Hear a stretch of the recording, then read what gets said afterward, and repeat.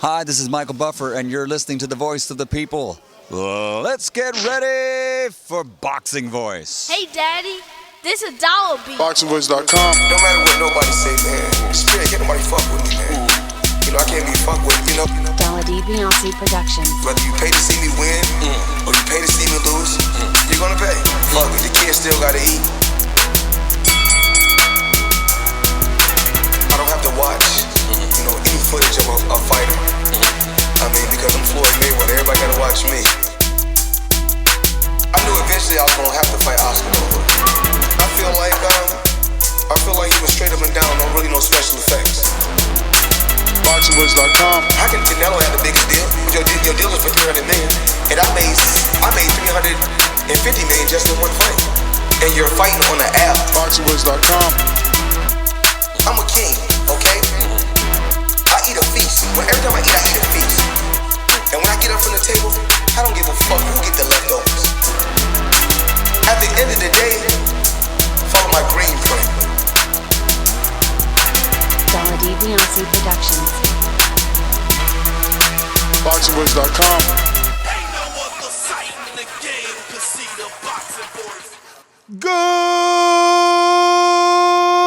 morning, TBV. What's good, ladies and gentlemen? Welcome back to another edition of the Boxing Voice Radio, and we got a jam-packed show for you today. It's going to be discussing the featherweight division and the lightweight division. WBC featherweight champion Gary Russell Jr. takes to his social media to call out the entire lightweight division. Looks like the champ is looking to skip the entire 130 and come for all the top names. Teofimo wasn't mentioned. Tank, Ryan, Haney. But Haney, being the guy that he is, oh, man, he clapped back. So we're going to give you all those details, man. Stick around. Let's talk some boxing. You know the number to call in, 1-425-569-5241. Press 1 one time. Voice your opinion right here on the Voice of the People hotline. Don't forget you can add Nestor Gibbs on Skype to be part of the conversation from anywhere in the world, as long as you are part of that daily show level on Patreon. Let's go out to Corpus Christi, Texas. It's me, Mario. What is up? What is up? Yeah, jam-packed show, jam-packed day, really. We got our Thursday night show, obviously. Tonight we're gonna have Emmanuel Rodriguez. I think is still on the docket, and we're going to have Gabriel Ramirez Zurdo. But this morning we are having Justin Gamber on, and I believe we have the makeup interview from yesterday, if I'm not mistaken. Yes, I am correct on that. But what is going on, Enrique? My man. Yeah, I just want to say I saw a fight too. Stay focused, stay working my jab. Because if he comes to fight, then I'm going to have to look for him. I saw the fight too. I think you accurate. Yes. Good morning. I'm fresh off a morning run, and I read all the pre-pro stuff. The fingerprints are there on the evidence. Gary Russell Jr. wants Devin Haney, and that's what we want, right? That's what we want. So is our fingerprints on it, or is Gary Russell's fingerprints on it, and he's coming after? Who's they coming after, Mario? Doomsday, Nestor Gibbs. I'm the most brutal and vicious and most ruthless champion there's ever been. There's no one can stop me. Lynch is a conqueror. No, I'm Alexander. He's no Alexander. I'm the best ever. There's never been anybody. I'm Sonny Liston. I'm Jack Dempsey. There's no one like me. I'm from Nairclaw. There's no one that can match. Good morning. We back at it again. You know the social media is breaking news nowadays. Gary want all the smoke. You know, Gervonta, Ryan, he just want it all. But is he a little too light in the ass? Well, we're going to discuss that. All right, so chop it up. He's coming up from 126 to 130? 135. One going 35. So what you think? He mean, mentioned Teofimo. He really wants Devin. He name dropped Ryan. I think he name dropping right now. I think he getting that itch and he want the sauce. Do I think that he's too small for Devin? Maybe a little bit. Devin's still growing into his body, and obviously the longer that it takes to make the fight, he's just gonna get bigger and stronger. But he showed his weight 143. Let me play some facts, man, to give the world what it is that we're discussing. For those that don't know, just tuning in, or you just aren't hip to following all these fighters on social media. That's what we do. We make your life easier by you just tuning into the Boxing Voice, and we gather all this information. So again, Gary Russell took to his social media and had this to say. I don't really say much, but when I talk, motherfuckers better listen. Pay attention to me. Grinding. I'm telling you.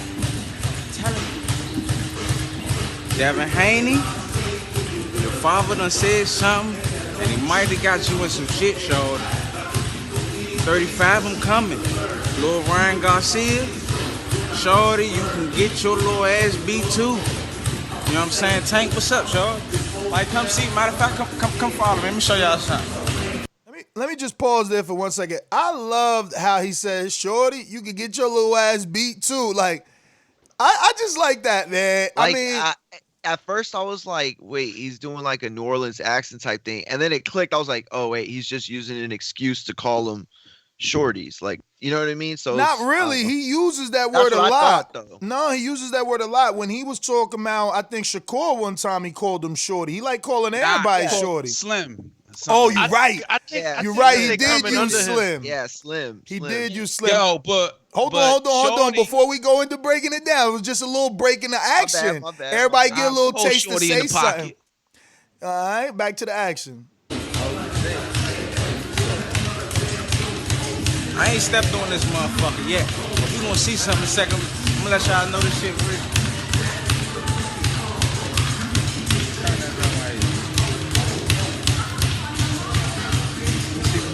So obviously, a lot of background noise. I'll just tell you what we're watching now is him coming to the scale. They have the professional weigh-in scales in his personal gym, and he's showing you that he weighs 142. 143.5, excuse me. 143.5, excuse me. Bitch say. What that say? 43. 43? Stop playing with me. I'm coming to 35. It's real. Y'all better get y'all shit together. Quarantine about to be up. Y'all better hope this quarantine shit keep coming. Because when I come out, I'm coming out like a fucking monster. See me? I'm telling you. So before you guys jump in, Devin Haney seen the video because he was tagged in it by all his fans that watched it. And Devin Haney said, I heard you say you almost ready with a question mark. He says, I'm ready now. Lights come back on and you fooled. So I love that he didn't just say, yo, yeah, we can fight. It'll be a great fight. Me and you are no. He talking like he know he will mop the floor with Gary. I want a fight with Haney, man. Haney out here talking extra grown, and I want to see it. I'm ready. Somebody got to see if he bluffing. So then he comes back. Gary Russell comes back and says, 143, wet. All I have to be is 135. Meet the weight requirement for the commission to say the fight a go. What's up? With the little ragaroo emoji.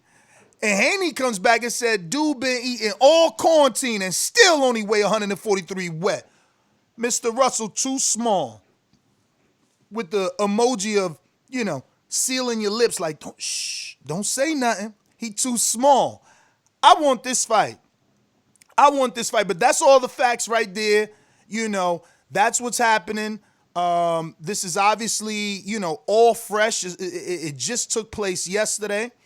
Haney is just the one that, clapped back. Haney is the one that really wants the smoke, in my opinion. It don't matter with who. If it's Teofimo, he talking. If it's Lomachenko, he talking. But just to round it up, Gary Russell sends a warning to Gervonta Davis, Devin Haney, and Ryan Garcia, calling them shorties. At 135, I'm coming. Obviously, the lightweight champion in recess. In recess, we got some very valuable information, and we'll probably do it this morning. I think it's worthy to add it to this morning that the WBC has come out and said that they have not made Devin full champion yet.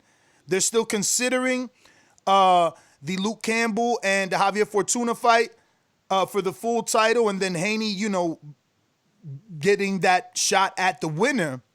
They said they'll decide soon. But obviously, the champion in recess, Haney, took to his social media to respond to featherweight champion Gary Russell. Remember, featherweight is 126. Haney is 135. Keep in mind that Teofimo Lopez thinks he'll beat Vasil because he's a natural 135er, he being Lopez, and Vasil started at 126. So those are the facts, man. How do you think Gary Russell's going to fare at lightweight if he skips the whole 130-pound division? Kind of like Broner did when he went up to welterweight. Mario, I'll throw it to you first, man. What do you think? Skipping a weight, coming for the greats. Oh, man. I think that it's a bad idea for him. But I'll put it this way. I think it's the only idea for him. And this is why. You got a guy like Gary Russell who has done some amazing things. He's had an amazing career thus far. He's accomplished a lot. He has that experience over, the guys like Ryan Garcia and even Tank and Devin Haney. He has that experience over them. If he's going to get them on any level, it's going to be that level. We can break down speed and we can break down boxing skill, but at the end of the day, those guys are just naturally bigger than this man. And, the funny part about it is, too, in a perfect world where guys don't suck down, Gary Russell might not look that weird at lightweight, but in my opinion, knowing what I know about boxing, knowing what I've learned over weight cutting and what it means and how much fighters usually weigh at a certain point and all of that, 143 wet. That's a joke right now. Like, it's nothing. He's what is he, 8 pounds away from it?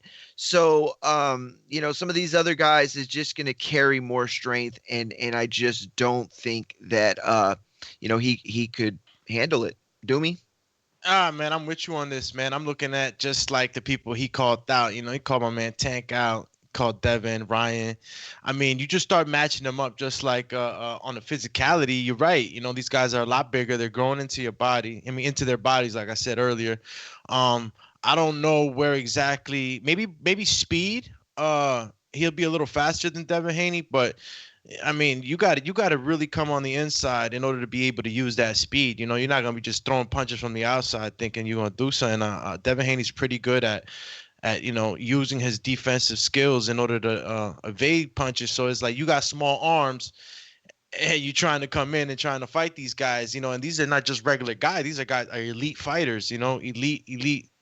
And I wouldn't say Ryan Garcia is elite yet. He's still to be tested, but a guy like Devin Haney, who's been, who grew up in the gyms basically sparring. He's every sparring match was a fight. He's skilled like a motherfucker. So, for Gary to come in here, I think he's just talking. He's just trying to raise waves or whatever. He's just trying to make waves right now because I don't see him being serious about fighting Devin Haney. Do you? It's on Casual Easy. What's your thoughts, Go ahead, Casual? Reeks. I know he's serious. He calls out fighters all the time. I thought, I didn't think about it, but walking around at 143, 135 is nothing to get to, right? Yeah, he's going to be fast and a heavy hitter. He's heavy at 126. So now it's the question, Devin Haney. He's heavier, taller, faster. So I wouldn't say he's faster. Gary's faster in my opinion. Devin is slicker, But there is nothing that Gary Russell can't do. We've seen it at 126, but can we see it at 135? I still kind of believe in Gary Russell. It's a good thing for boxing. If Gary Russell was to get a number 2 on his L column, I don't see him losing popularity. I think he'll gain popularity. I don't think he's going to go out. He's going to want to go out on his back. He's that kind of fighter. Right now, I lean towards Devin Haney winning just off of pure skills and youth. How much credit do we give Gary for going 12 rounds with my man Tug? Try to get a barometer here because Tug wasn't really in my radar as like a big deal, and Gary went 12 rounds with him. I mean, this guy's smaller than Devin Haney, less, in my opinion, less skilled than Devin Haney. So Gary's having difficulty with guys like this, like him coming up in weight and going up against elite like Devin. I think is a wrong move for him. See, and that's what I was talking about. What do you mean difficulty, bro? What you mean? You said that Gary Russell had difficulties with Numbayar. I mean, you're going 12 rounds, and you can't. I mean, you can't put a guy away like that. 50% of Floyd's fight went 12 rounds. That's struggling. Like you got to knock people out. No, you got to see the fight. Did you see an elite Gary? Did you see an elite Gary in that fight? Did you give Tug any credit for what he was doing in there? Man, I'm just trying to make a comparison. How many rounds you gave Tug to call it a tight fight, that he struggled, or whatever words you use? It's crazy. You didn't watch the fight. How many rounds you gave Tug? I watched the fight once. I thought Tug actually did good in the fight. Like, I don't think it was Gary Russell not looking as great. I think it was more Tug coming on and surprising. Well, maybe surprising some of us, but I mean, it wasn't a close fight necessarily, but it was a competitive fight. He won 4 rounds, 4 to 5 rounds, maybe. That's not bad, though. And that's a Floyd Mayweather scorecard, 8-4-7-5. So that's what I'm saying. Like, he struggled with this guy. Like, you don't got to knock everybody out. Floyd proved that. I don't think he struggled with them. I think that, it was a good fight. It was competitive. Exactly. I mean, not competitive, but knowing that, right? So who's Tug or equivalent to Tug on Devin Haney's resume?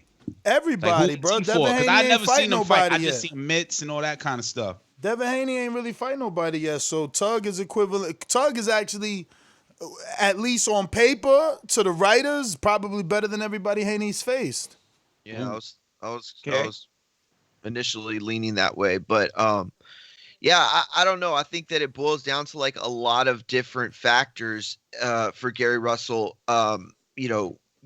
on a skill set level, because it's like you possess that hand speed, but you look at guys like, Devin Haney and Ryan Garcia and I don't know if they can match him, because obviously he's a faster guy being a smaller guy, and he's always been known as one of the fastest hands in boxing. Some people said the fastest hands in boxing at one point, but all those get negated just with him having to try to get in and get out so quick and try to cover so much ground. What he lacks in reach, he has to make up for in that almost Manny Pacquiao, Lomachenko in and out style, which, does he have the ability? Does he have that skill set? Sure.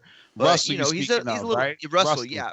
Okay. And so he's just a little, getting there up there in age, having to, make higher weight. I just don't know. All those signs point to me that it would be a struggle at that weight. Let's stick to weight. What does Devin Haney walk around at? What is he like?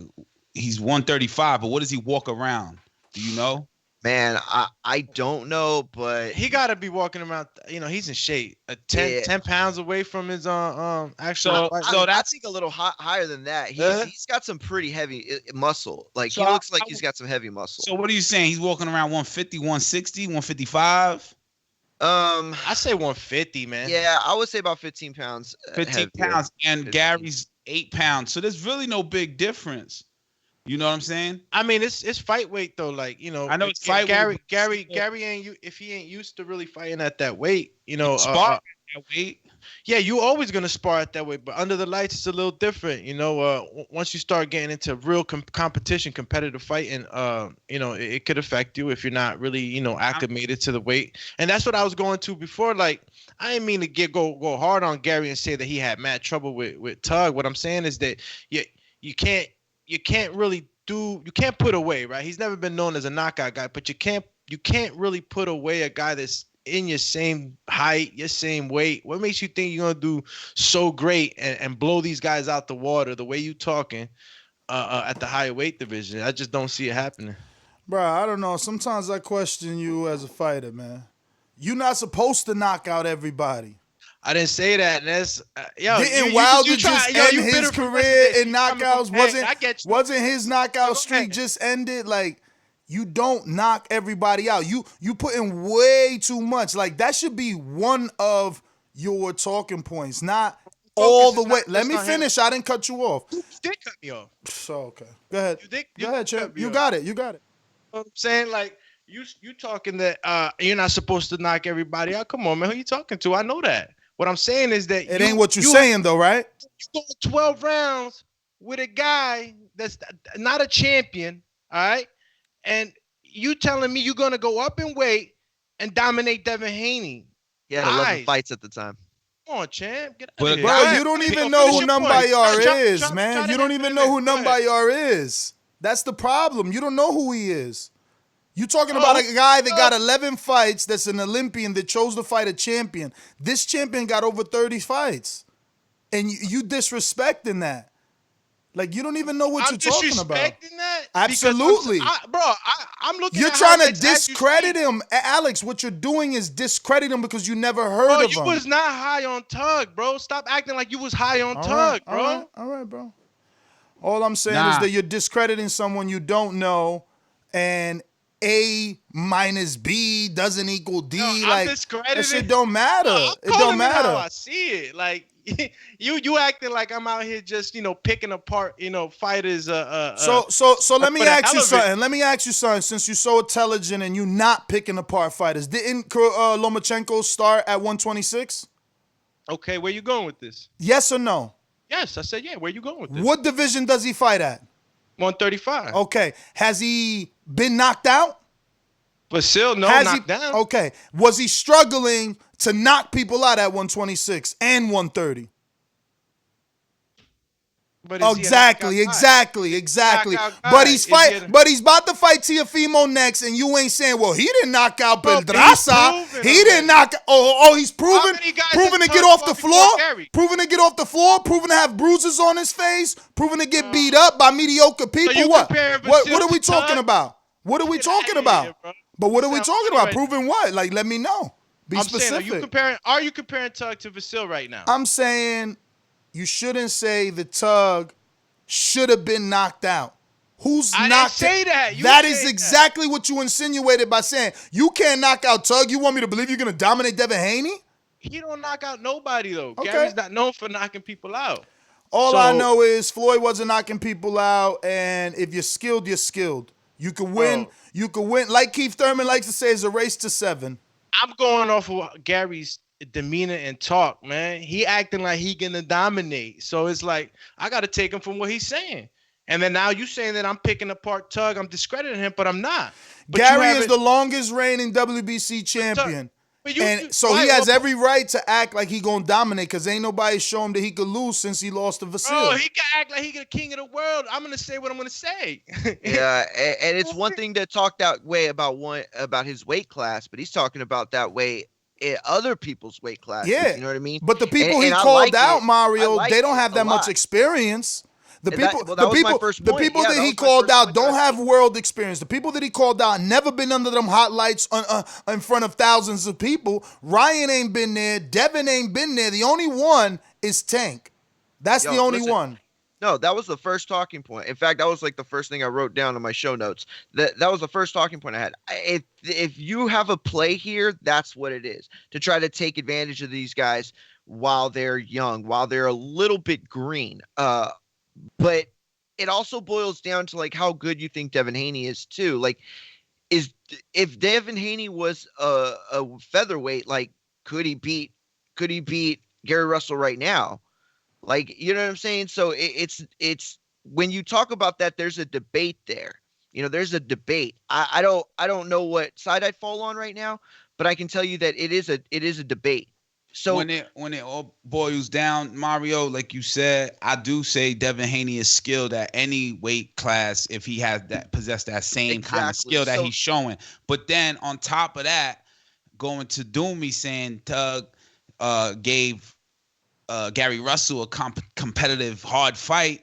Doomy, if you were gonna fight a champion, wouldn't you train harder than you ever had before? Of course. So that maybe Tug showed up that night. You know what I'm saying? Exactly. So I think that Gary Russell is going to show up to fight Devin Haney. These are professional athletes. 143 might mean something, walking around weight and then dropping to 135, where Devin Haney probably walking around at 150, 154 or something like that, dropping down to 135. What does it mean? They're athletes. That's why we are excited to see the fight. What does it mean? It's great for boxing. Pick your winner. I lean towards Devin Haney, but then I question myself for Gary Russell experience, explosive, preserved. He could bring a problem and expose Devin Haney. But Devin Haney can't win by points. You go off the basis of what you just said, right? And it's it's a competitive fight no matter what, just in your mind, and you're absolutely right. But then give Devin Haney the weight advantage. Give him the advantage of being in that weight class for a while. If Gary Russell were to do this right and kind of move up maybe a catch weight in between junior lightweight and lightweight, I think that would be better. If you were to take a fight or two, maybe even 2 or 3, and then step into those waters. But at the same time, it goes back to what Ness was saying. If you have anything over him right now, it's experience. So you might not have that luxury to wait.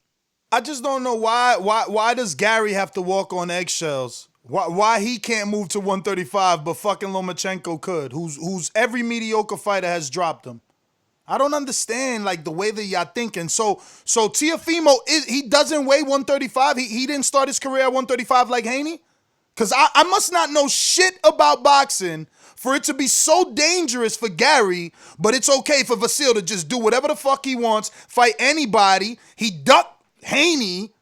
He's fighting Teofimo. He wants Gervonta, but Gary can't do none of that. I just want to, am I right?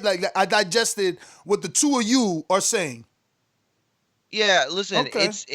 it's about size to me. It's about weight. It's about how much muscle he carries. I mean, how much is he going to give up in that fight? It's not about hitting a mark on a scale. That's the most basic bitch way of kind of thinking about it. It's way more than that. A 135 is not a 135 is not a 135. It don't work like that. Well, what you don't get is that people rehydrate, right? So you and me can both weigh 135 on a Tuesday at 4:00, but that next day, guess what? I'm gonna rehydrate to a whole lot more because I am. You mean Lopez is gonna rehydrate, right? You mean Lopez, and the one who isn't gonna get big is Vasil because he started at 126. Well, I was talking about me and Enrique, so. Yeah, I just want to know this. But if we stick to the script, Vasil started at 126, just like Gary. He's going to fight a 135-pounder, just like Gary wants to. I don't understand. What, is it because he lost to Vasil? It's because Vasil, he fluctuated from 126 to 130 to 135, and he's gained muscle, he's gained size. You look at his body, and if you can't tell, then the conversation's over. That's it. There's nothing else to talk about. So you're saying that the difference between Vasil and Gary is that Vasil stopped at 130? I'm saying that the difference right now is that Lomachenko is a full-fledged 135. And the last time I saw Gary Russell, he was a full-fledged featherweight. Those are two different weight classes, and those two weight classes cannot intermix. So he goes up to 135, but is he a featherweight fighting at 135? Is he a junior lightweight guy fighting at 135? I mean, neither one of us could call that, but I think it's a dangerous situation for him. So let me ask you, how much different is this situation from Mikey, who started at 126 and went up to fight Earl and didn't get knocked out? I don't think it's super different. Exactly. And again, no, I don't think it's super different. And what you got to understand, though, is that everybody's different, right? It doesn't mean that because somebody did it that another person can just do it. It doesn't work that way. But I just don't get why anytime any other person moves up 2 divisions for a super fight, it's greeted and treated like a super fight. Why is this like, oh no, don't do it? Is Gary not skilled in your guys' eyes? No, I'm not saying don't do it. Because everyone, I mean, Khan, in my eyes, Khan was not skilled. That's why I said don't do it. And that's why he got punished. Kell Brook wasn't skilled enough. And that's why his face got broken. Mikey, same thing. Not skilled enough to defeat the bigger man in Earl. And that's why it happened. But you guys are saying that this is the same scenario? That Gary and Devin are so far apart in the skill department? No, not at all. That's my point, is that if they are close in the skill department, no matter how the ratio falls, going to somebody else's weight class is already giving them the advantage, unless you have transitioned your body to that weight. I mean, how many trainers, listen, the first week Mikey I was back, didn't. we interviewed, hold on. Kell Brook did not interviewed either. a strength and conditioning coach that said that the best thing is for fighters to get acclimated, and it takes longer than they think. So you can't just jump into the shark waters at that weight class. Devin gonna punish him. That's my opinion. I'm not saying that Gary can't go up there and handle his handle and hang in there with a Devin Haney. I'm not saying that. I'm just saying that for the talk, he talking like he a hunter and he gonna go up to the weight division and hunt these guys down. Can a pro get acclimated in sparring at a weight class? Of course. It's part of you the spar acclimation. heavier dudes. It's definitely part That's of the. What I thought. I thought you fight heavier dudes and you fight out of your weight, and then you work your way down for fight night. So if you walk around at a certain weight and you're sparring dudes at a heavier weight, what's the difference? Why you got it? Why I mean, you could get plus you got that championship level experience on them too. Don't forget that. And you got to understand, like you try to bring guys. We talked about it yesterday. That said it. You got to bring guys in that try to act, that try to mimic people. But like, you're never gonna find that one guy. You're gonna find a few guys trying to mirror Devin Haney in order for him to train. But like, I'm just not convinced that he could win or even do very good, because like, this guy's used to fighting smaller guys. I mean, you mentioned Vasil, but Vasil has fought bigger guys. I don't know if sparring bigger guys necessarily will do the trick.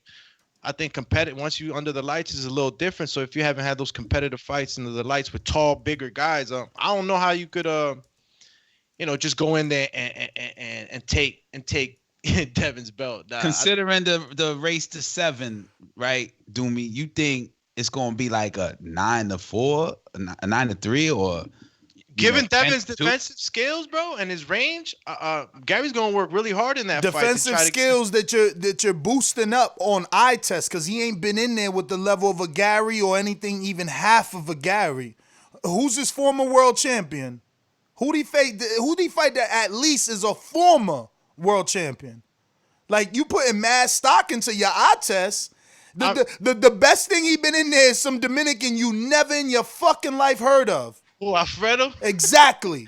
All right, so that was the toughest fight of his career, and all of a sudden, you guys are terrible, man. You come in just to try to chop shit up, like chop you're not giving Devin Haney no defensive props. I said this is a great you went straight fight. To his resume. This is a great fight, and I'm treating it like a super fight. Any other little man that tried to challenge the big man, we celebrated it. All of a sudden, because Gary want to jump 2 divisions, y'all don't like it. That's not true. It's not Gary. His name could be anything. Nobody's saying, well, I don't like you, Gary Russell, and you're not going to be the guy that we cheer for. Like, no, that's stupid. This is about analyzing what we have to analyze. Remember, you said that was our jobs. And based on my, just critical thinking, I just think he'd be too small. I don't think he'd carry that weight well. I'm sorry, that's different from your opinion, but that's what the point is. If you just want me to, agree, then this just doesn't work. So you have to at least try to understand the concept of him just being too small for that weight class, which has happened to fighters in the past. They've got, look at Gotti. Gotti was too small for 147, too big for 140. Some guys are just weirdos. Some guys just don't grow. And this guy's been at featherweight for how long now?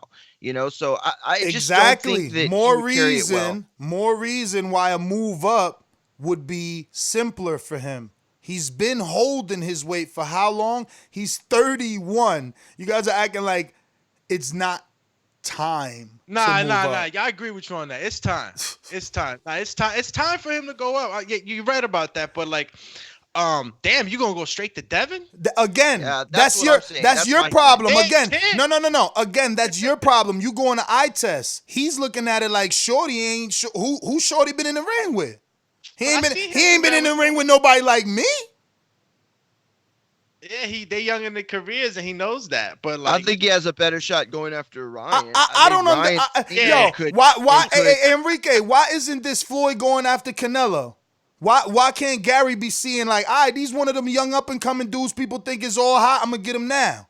Why all of a sudden Devin Haney is further along is in the infancy of a career than Canelo was? These dudes are they was okay with Mikey fighting Earl. They was okay with Khan fighting Canelo. They was okay with Kell Brook fighting Triple G, but they ain't okay with this. That was a terrible metaphor because the whole point, the reason why Canelo was in there is because it was Cinco de Mayo and he was Mexican and he could draw. Like nobody, who really thought he was going to win that fight? I really don't remember very many people did you picking see him the betting at all. line, champ? Did you see the betting line? Who thought he would look like that though? Who thought he would look that way too? Look what way? Like, outclassed. No answer, no response. Exactly. Yo, why the Santa Cruz fight ain't happen? That would have been like, all right, about the same size because Gary's a feather and Santa Cruz is super feather, right? Didn't Gary try Santa Cruz? Yes. So that ain't happened because somebody didn't want the fight, and they both in house. No, that's not what happened. What happened? So what happened? Santa Cruz got a fight with who? Gervonta? Well, he does right. He does right now. Yeah. But at that time, I don't remember what happened. What happened in that Gary Russell fight? I don't remember. Right, so somebody didn't want the fight because that was before Gervonta. Yeah, you might be right. That might have been what happened. I can't remember. I thought something happened, like an injury, and then they didn't end up negotiating, or I just don't remember. I really don't. I'm not counting Gary Russell out. I know what he does on my eye test. There's nothing he could do. He looks good. He could do any kind of punch combination, so I don't think that Gary Russell will be washed by Devin Haney. If anything, it's a test for Devin Haney. I think Devin Haney may pass the test, to be honest with you, but Wash is a heavy bird. You know what I'm saying? I don't think that Devin's gonna wash him. He's not gonna win. I could say that. You know what I mean? Washing him is a little, like Ness was saying. Like I'm trying to discredit. I'm not saying Gary can't go up there and do his thing. I don't see him winning against the likes of Devin Haney. I think Devin Haney presents too many problems. He's bigger. He's ranger. He's fast. He's young. You could call the man shorty all you want. You could throw that word around all you want, but at the end of the day, they dogs, man, and they know how to fight. And you try to be great. Devin even got his man strength yet? Hey, man, I think if he don't have it, then y'all better be scared of shit. Yeah, and he might not. I don't think that matters. I think it's a great fight. That matters for sure. I think it's a great fight. I think you guys are not receiving it properly. I think it should have been received no different than Mikey and Earl and the way that all these fucking fans receive Kell Brook and Gennady and Khan and Canelo. That's how y'all should receive it, because for Devin, no one wants to fight him. Let's not forget that. Like, you guys are sitting here like little, pouties, but who's calling out Devin? They ducking Devin. Whether you believe it or not, he can't get a real fight. His own mandatory rather fight another dude in another country than fight him for the real belt. So now you got a dude that wants to fight him, and y'all fucking making y'all squinting y'all lips up. But when people ain't want to fight Earl, it was okay for Mikey to fight Earl. I'm just saying. First of all, that's where you're getting it. That's where you're getting it mixed up here. I never thought that the Mikey Garcia that was a bad move to me all around. Like I thought the same exact thing. I don't like the same thing with Kell Brook. It wasn't, to me, it was him giving up a definite advantage. And that's all I'm trying to say is this is Gary Russell giving up a definite advantage. I'm still not even saying that he loses that fight. You know, I'm leaning towards Devin at this moment, but that's a close fight. He has never been in the ring with anybody that possesses Gary's skills. So no matter what, it's a competitive fight. It's a fight I would want to see, and it's a fight that would be great. My only point is that right now, I'm not even sure that Devin Haney doesn't beat Gary Russell if he was a featherweight. If they were in the same weight class right now, if he was in Gary's weight class, he could beat him. You know, I don't know. So then to go up to his weight and give up that advantage, you know, that's the biggest point I'm trying to draw home. And I'm not trying to be negative about it either. I think a lot of people agree with you, Mario. But then again, a lot of people are going to say who Devin fought. They're giving him the eye test, as Nestor mentioned. The eye test. He could do a lot of things. But Gary Russell also gets the eye test. So to me, it is a race to 7. But I could see it being more like a 9-3 versus 7-5. Yo, I'm with it. Bring your ass up then, Gary. Go do your thing. Go fight Devin Haney. I just, you know what I'm saying? Like, I was excited about a Leo Santa Cruz, that whole little spiel he did. You know, he was in front of the pops and all that. He had everybody excited. I don't know what happened. But that's to the the fight. point. Leo don't want it. Leo just said on the PBC podcast, "Oh, I want Tank at 130," which we'll talk about this afternoon or evening. But he don't want no Gary. He like, if I can get Tank at 130, then he'll think about Gary. But he got like 3 years saying he would think about Gary, and Gary got like 8 years stalking him. And back to your fake Gary can't got no power.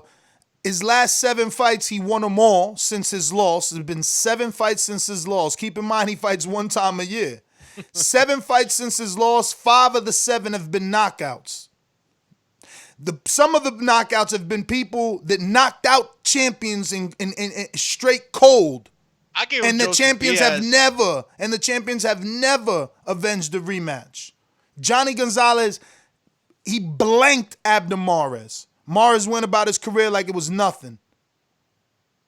Johnny Gonzalez. That belt that Gary has was Abner's belt. Johnny took it, and Gary took it. Okay, Yo, Johnny was so fun to watch. Okay, and everybody that gets in there, he taking them smooth out. So for little pouty Alex, he gets in there with an Olympian. He gets in there with an Olympian on the fast track. You know, a Mongolian with 11 fights trying to jump in the ring with a true champion like Gary. And he got there by mandatory position. But somehow, Doomy want to say, oh, he should have knocked this guy out. Yo, nobody was high on Tug Bar. Nobody was high. I like the way you give Gary Mack credit for Johnny. And, he don't get credit? Hold on. 2015 Johnny, Oscar Escandon. You giving him credit. You going to give him credit for Kiko Martinez too? Of course. He knocked him out. Not like Scott Quigg. Let's see what Scott Quigg did. Let's see what Oscar Valdez did. How they do it. How many rounds it took them? Huh? How many rounds? Gary Russell did it in 5. Huh? Warrington, who's a champion right now, it took him 12 and he got a decision. Okay? Leo Santa Cruz, 5. What year Scott was that? Quigg, 2. Carl Frampton, 12. Was that 2013? Carl Frampton, 9. Dog, like, look, you could go years all you want. Here's the thing. You could go years all you want. He taking out the trash. That's what he doing. He definitely gets credit if you're simply basing this off of Devin's resume. You know what I mean? Like, there are no Kiko Martinez. I'm not even including Devin, Mario. I'm simply showing you the caliber he's been in there with and how he's took him out. Yeah, I'm doing it. I'm saying that there's definitely no Joseph Diaz. There is no Johnny Gonzalez on Devin's resume. And so, you know, that would be, again, going back to the very first point I made, it would be I guess his one play that he would have, you know what I mean? Catching these guys while they're green. You know, we talk about what Mayweather did with Canelo. It's not necessarily the same thing, but it's definitely getting these guys before perhaps they develop well into their prime. You know what I'm saying? And hit their peaks. Yeah, I like the fight though, man. Let's get out to the callers if everybody's final thought it. I would just like to say one last thing. Actually, you know, we do got Justin Gamber, and he is ready. at 7, Pacific, 10 Eastern. So I forgot. Callers really don't like going before the interview. So yeah. Sam Jones canceled again. He had a press conference that he didn't know. Teleconference that he didn't know. Okay. Yeah. No. So anyway, real quick, I just wanted to say that regardless of what I think about, Gary Russell giving up in weight and what he's given up, I love the way he's talking. I love what he said. I know a lot of people were talking about, they're getting tired of the internet beefs and all that stuff. And I hear you. I get it. It's frustrating without the fights. But I just love that he came out this aggressive, and it just shows a different layer of his personality. And he's talked greasy in the past before, but I don't know. I just love that, it kind of just came out of nowhere in the sense that, like, he showed his weight, and it's one thing to put out a tweet. It's another thing to go as far as he did. And it was definitely entertaining. I think going to the extents that he did is what Doomy says. He's showing you the level of confidence. He's showing you this is no game. This is no, I'm going to put on social media, I want $20 million to fight Haney. That's what y'all forgetting. You little pouties, you forgetting that no one wants to fight Haney. The people that want to fight Haney got hoops and plans. Ryan won 4 fights. Javier want to go to the UK and fight Campbell. Broner won $20 million. Teofimo wanted him to get a belt. Like, come on, man. Let's just stop, man. And Vasil acts like he doesn't know who he is. Top Rank calls him a little prospect. So if Gary want to fight him, let him fight him. I don't get it, man. We supposed to be backing it. This is a big one to me. There was a lot of news. Look, Wilder did a podcast yesterday with PBC. There was hella news to talk about with Wilder in that rematch and a bicep and how he's gonna train with George. Mad shit we could have talked about. But I think this is a true big fight. But you know what it is? Maybe I'm over-assessing Haney. I'm the one always beating the Haney drum, Nah, look, I made it came off like I was, not wanting this fight. If that's not what I was trying to convey, bro. This is like a step up fight, like any other fighter coming up from a lower weight class and coming up to the heavier ranks and trying to be great. Maybe because we don't see much of Gary, I don't know, but yeah, go ahead, go get it. And Devin's actually saying let's go. So it's like it's not like he got a silent voice on the other side. We never really got it clear from he called Santa him Cruz. Fool. Yeah, like the confidence is right back at you, Gary. So it's all gonna be a matter of realness and seeing if these two fighters definitely want to fight each other. If it's just for the gram, we gotta watch that nowadays because sometimes people just do it for the gram and like. You can't just take it super serious sometimes because at the end of the day, until things are on paper or that offer's getting sent, we basically just up in the clouds just wishing for that shit. So yeah, let the shit happen. Alex, I think that you made such a great point right there. It might not even be that I don't believe that he'll carry the weight. I think it's the fragility. Is that a word? The fragileness of his career, I think, is probably skewing my perception of this because since 2015, he's fought once every year. That's it. He's fought once every year. And the multiple hand injuries, and that's the other thing. It's not even multiple hand injuries. That is part of it, but some of them are the exact same. He deals with the exact same issues. So it could be that skewing my issues. If he's healthy, if he's ready, then, who am I to say that he couldn't make that jump? It could be that's, playing with my opinion. Send the offer. Send it. George I like Haney saying, when the lights come back on, you fool. To Gary Russell. Yeah, that's what I like. He ain't say like, yeah, he ain't say, yo, I bet you if we send an offer, you ain't gonna sign it. And check your email. Have your people call my people. Nah, he giving you the energy we want right back. That's what I'm talking about. Call Al. Yeah, he ain't saying call Al. That's the good thing. They said, both "You fool." they both saying let's do it. You know what I mean? And he's always been like that too, because he's always made it clear that he was like his own entity. You know what I mean? He's never done well, that. no, it's a thing co-promotion. that It's Devin Haney Promotions with Matchroom. Exactly. He's never ever been that guy. So Bernard Hopkins once said, if the fighter wants to fight, he gets to fight. So there you go. There you go. Listen, listen. Dark Horse is the book that I finished reading. Did you read it, Alex? I didn't start it. Just got it yesterday. Come on, dog. Yeah. Enrique waiting on that. You playing games? Yeah. Nah, I'll start it once I get off today.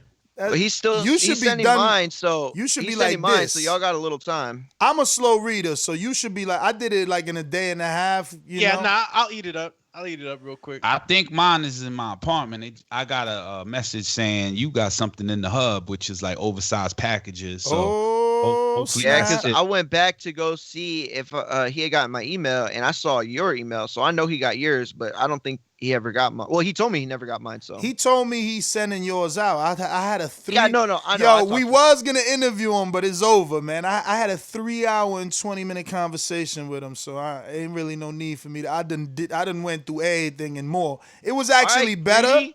What about the rest of us that want to hear that? I know, man. I know. It just happened like that because hit record. Listen, Porter. Nah, you know what? It just happened like that because as soon as I was done reading the book, I text him like, finish reading it.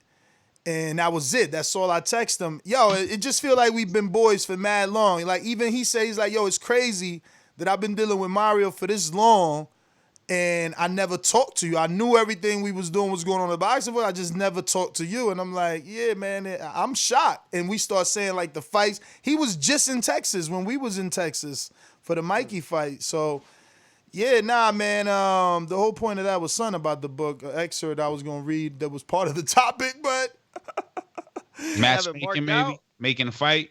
It was about matchmaking, but I don't know. I don't remember, man. Go ahead. We were talking about Gary Russell and how he's not hiding behind the call my promoter type of thing, If and the then fighter wants to fight. If the fighter wants to fight, yeah, we were on that along that line. Yes. Got Remember, I read it. I read that part too. Bernard actually was part of the book, and he said that it was a part in that book where a manager and his fighter, come up and they're like, yo, Enrique, let me get a picture. So Enrique's like, but Enrique in this story is Bernard. So Bernard is like, I'll give you a picture, but you got to answer one question. So the manager's like, yeah, no problem. What's up? He says, do you work for your fighter or does your fighter work for you? And he's like, he works for me. And he's like, and he hugs Adrian. He's like, yo, you heard this guy? He thinks the fighter works for him. And I'm saying that all to bring it back to what you said. The fighter wants to fight. The fighter gonna get the fight. Why did Bernard say that? Why did Bernard say that to you? Or the quote you brought up from Bernard, and I'm bringing up another Bernard quote because Bernard was a fighter before he was a promoter, and he understands that what he wants, he can get because the fighter is the franchise. The fighter is the business. Promoter works for me, and so does the manager. They work for me. The advisor also works for me. His job is to advise me on what is right, wrong, and what is the best option. Without the fighter, there's no material. Exactly. Why do you think everybody right now is scrambling and what they doing? Interviewing fighters.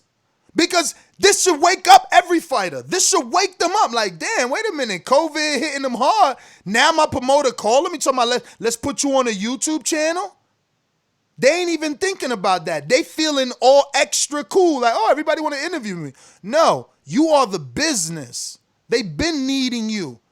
You got to stay your front face. Damn, that's a good way of looking at it, bro. I understood why everybody's going on and the content, but from a fighter standpoint, I never thought about them like not understanding what's going on and thinking of themselves as the entity, because you're absolutely right. And we had this conversation, these guys should have YouTube channels. These guys should have, they should be taking full advantage of the fact that they're stars. You know what I A mean? lot do right now, though. A lot do. I heard that excerpt from Bernard on an interview one time. We were at Madison Square Garden. You asked him something, and he was like, or somebody asked him something, and he was like, "Well, if the fighter don't want to fight, the fight doesn't happen." Simple. Same thing. Turn around. The fighter wants to fight, then the fight gonna happen. So the opponent that he wants may not want to fight, and then it doesn't happen. So Bernard always been business savvy. What's going on from a fighter's perspective. Yeah, man. And the thing is, he's a manager. I mean, he's a fighter first, man, turn promoter. So he knows, and so far they haven't had any unhappy fighters since the departure of all those Heyman / Golden Boy fighters, you know what I mean? So I just text Justin Gamber. I hope I'm pronouncing it right, man. Gamber or Gamber? Gamber or Gamber? Those are my two guesses. I know you might be right with the Gamber because the game would need the E. Yeah, that's what I was thinking. It's Gamber. It's Gamber. We looking for 605, all right, Champy? Got you. So yeah, but man. I think really quick. If anybody is interested in Mikey's pound for pound CBD line and products, like I said, they hooked it up. We got an affiliate, so if you hit me up, I can send you the link. I recommend the gummies. Those are bangers. Send me the link, Ness. You the man. Those are the gummies. I recommend those. They tasty, but I still haven't used the oils like these guys told me to use it. So I don't know if that's better. I'm gonna check out those oils. Send me the link. All right. But yeah, real quick. Look, there are a bunch of really good fights. There's actually a box.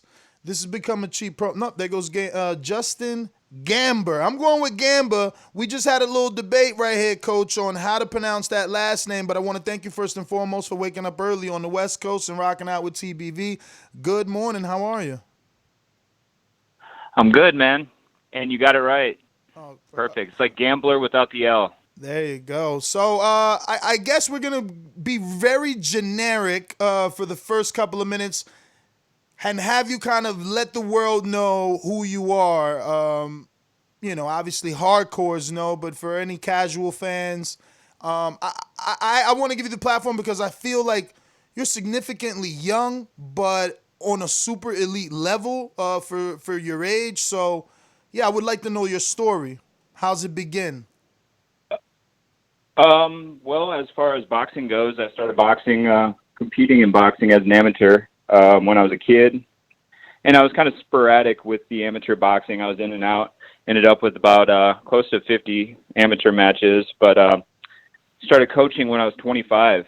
And, I started with the amateurs. And eventually I started working on the lower level pros. And I kept working my way up. Moved to Las Vegas. Started working with Andy Ruiz. And I got, I was with Andy for about 5 fights. And he was doing, my last fight with him, he weighed in 246. I don't know if you remember what he weighed in for the Joshua rematch or not. Like 286. Like 283. But he was top rank when I was with him, and Jeff Germoja, big Jeff Germoja, and I trained Andy at that time. And Andy had never been that light in his career. And Top Rank was thrilled with how he was doing. And my last fight with him, he won by knockout in the first round.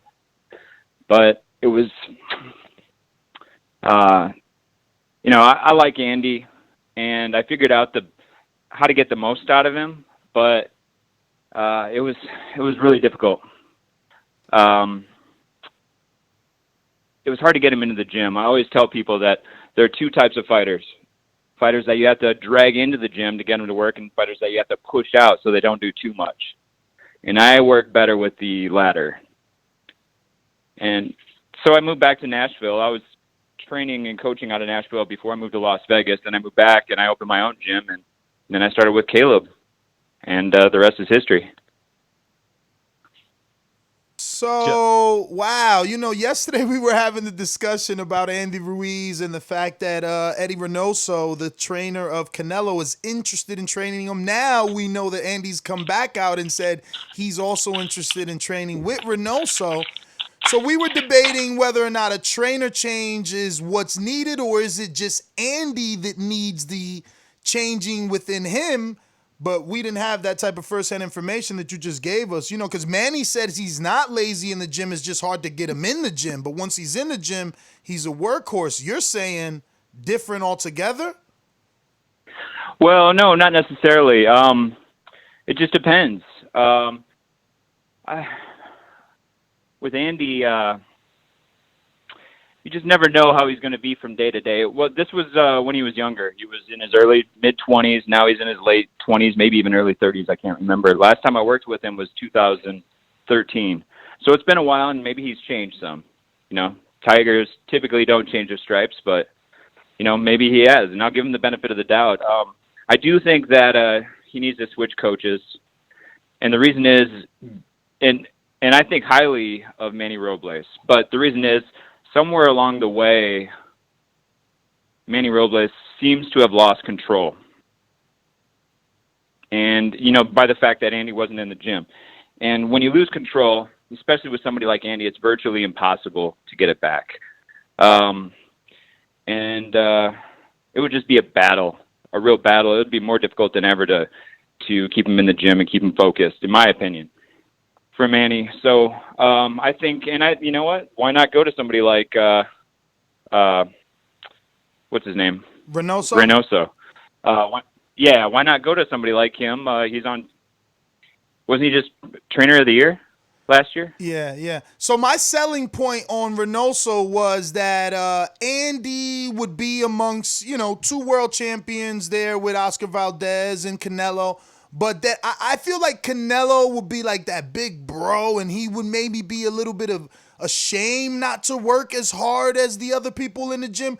You had firsthand experience with him, and that's my last Andy question. But do you think that would even bother him mentally? Like, oh, I got to work as hard as Canelo and Ryan and Oscar, because those guys are working. No, not at all. Oh, wow. Absolutely, they're working. No, I don't think.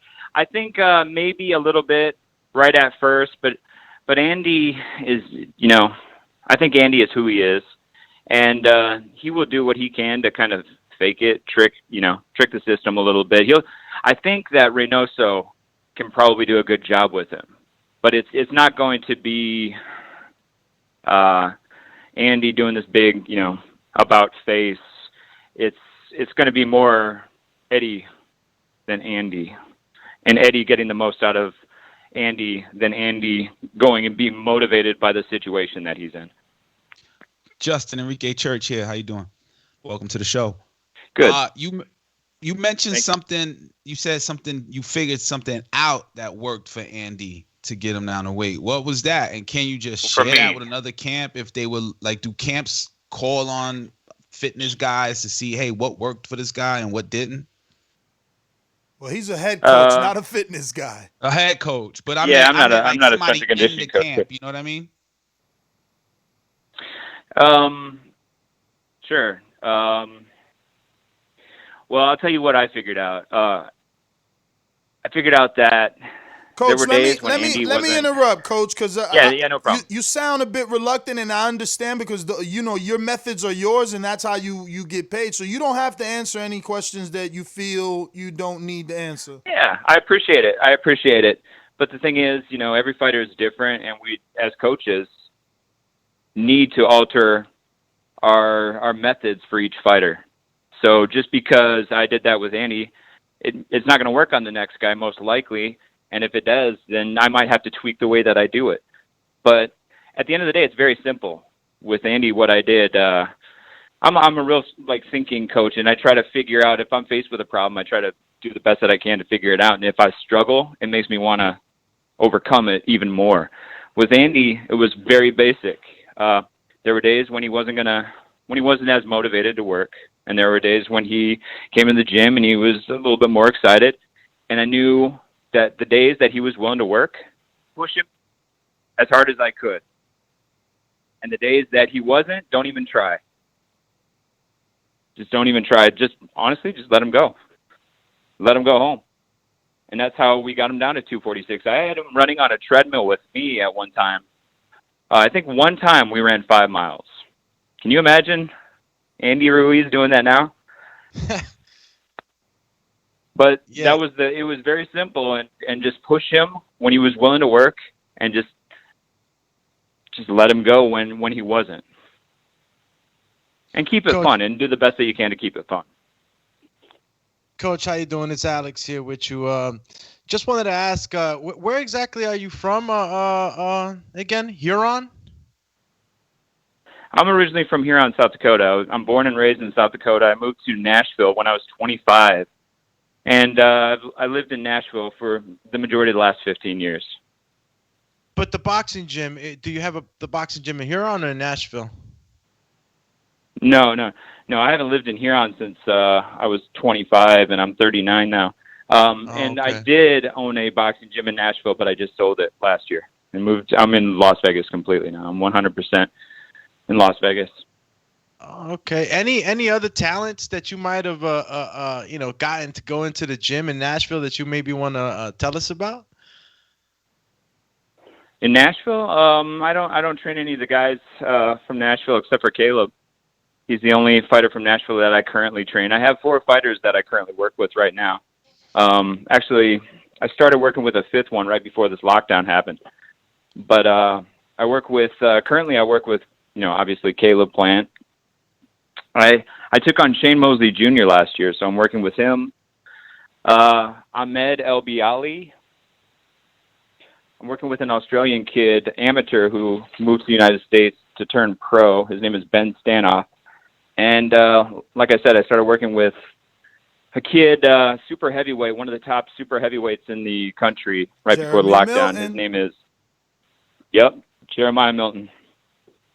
Yeah, we had him on the show not too long ago. Hey, Coach. Nice. Good kid. It was a great interview. Hey, Coach, this is Marty Munguia. Focusing now on Caleb Plant, the situation that transpired with Canelo was really weird, the back and forth and what actually, was offered and not offered. And so, from your standpoint, now we're like looking at it and Caleb's gotten some heat and people don't understand what happened. And some people are miscategorizing what actually transpired. Walk us through his decision ultimately, and we're maybe not even decision, but walk us through that whole situation and tell us how you feel about it. Well, first of all, I don't know all the details. I wasn't approached with any offer or anything like that. But as far as I know, there was no official negotiation underway. I mean, it was like a phone call from somebody that they knew to somebody that we knew, and it was just so. I'm not going to say far-fetched, but it was so far away from being official that I'm surprised that it's even a topic, to be honest with you. But if they would have come with something, if they would have come with a serious offer, if there were serious negotiations taking place, and they did it right after Caleb's fight, I'm not. The thing is, fighters, and if you've been paying attention to any of this Caleb Plant stuff, that Caleb, the reason was Caleb didn't feel like he had enough time to prepare for that fight. Yes. And then people look at his last fight and they say, well, you didn't take any punishment. But that Caleb trains so hard all the time. And in training camp, he puts his body through so much stress. I mean, as most fighters do, but Caleb's a worker. He's that guy that you have to push out of the gym to keep him from doing too much. And his body needs more rest. And so, his point was, if there was any official negotiations taking place, that would be too soon for me because I don't have enough time to rest, prepare for the fight. So that's basically what it was. But like I said, there wasn't anything official. Yeah. Okay. So let me just. I want to clarify what you're saying. You were saying that there would have been no problem, at least as far as you're concerned, and as far as what you believe, as Caleb's concerned, with Canelo being his next opponent following the fight. You just had a problem with it being that soon, right? Like if he would have said, "Hey, we want to fight in September," you would have been okay with that, or you think he would have taken the fight? 100%. 100%. I mean, you don't. But the thing is, you don't just. We're not the team that's going to jump at the opportunity because, when we don't feel like it's right, because we're coming in to win. We're not just jumping at money. We're not just, oh shoot, I got a Canelo opportunity. No. Well, y'all aren't desperate. This is my shot to make the mainstream. Exactly. Caleb has paved his own way. He's not desperate for the fight. Absolutely, that's correct. Go ahead. And I mean, it's a golden ticket, right? I mean, it's pretty tough on a coach. I could imagine the decision making and the conversations you got to have before turning down a fight such as that. It's not jumping at money, but it's definitely a payday. Where do you guys come to that decision to say that, you know what, it's just too risky? It's just too risky. You're risking too much. Like I said, there wasn't even a real decision because there was no real offer. I'll say this about our team. Yeah, but I will say this about our team. Like, from what our management has told us, we're the only team that they've ever dealt with that, when we're presented with a name, and it's been like this Caleb's whole career. He's had the same management his whole career. And when they put a name, they give us a name. We don't look at the fighter and, I wonder if this is good for us or not. We take the name and we start getting ready for him. That's how it's always been. We've never even considered, me as a coach, I've never even considered turning anyone down that's going to fight Caleb. I'm just like, even when Uzcategui was, they brought that name to us. I felt like, at first, me personally, and I didn't voice this to Caleb, but I felt like he only had one 12-round fight before that fight. And I was like, man, I would like at least one more. But then at the same time, you're offered a title fight. You turn it down when you're not a champion. Does that, what if it never comes around again? So, absolutely. That being said, we're not a team that turns down fighters, but now Caleb's in a position where he has, he can call shots more than he could as a contender. So, and we're playing the game to win. Yes. All right. So I want to go to some Patreon questions here that we got. Mr. Gamber. So the first one is from Atlanta. Intrigue says, Keith Thurman recently stated that he will be finally 100% healthy after his recent hand surgery. If Keith one-time Thurman versus Terrence Bud Crawford fight happens, who would you favor to win and why? Me personally, I would have to lean towards Bud Crawford. He's a smarter fighter. He's a more technical fighter. And Keith, I don't know. I feel like Keith has changed. I think that in the last couple of years, I don't know. He's a different Keith Thurman, and it's like a more civilized Keith Thurman. He's living his life more outside of boxing. I like the way you put that, and civilized. Yeah. So you're not seeing the hunger. He's starting to get a little bit too civilized. What's that? I said, is it that you're not seeing the hunger in him anymore? He's too laxed. Yeah, I don't see that same fire in him. I don't see. I think he's made some good money, and I think he's been living, that life, an easy life, and I just don't sense that he's 100%. His mind, body, soul is 100% into boxing. And Terrence, he's a dog. Bud Crawford's a dog, and he's just a natural-born fighter. I think Keith Thurman's a great fighter, but I don't think that he's like he's got that same kind of dog in him. And then on top of the dog, Terrence is a high IQ fighter. He's on a mission. He's undefeated.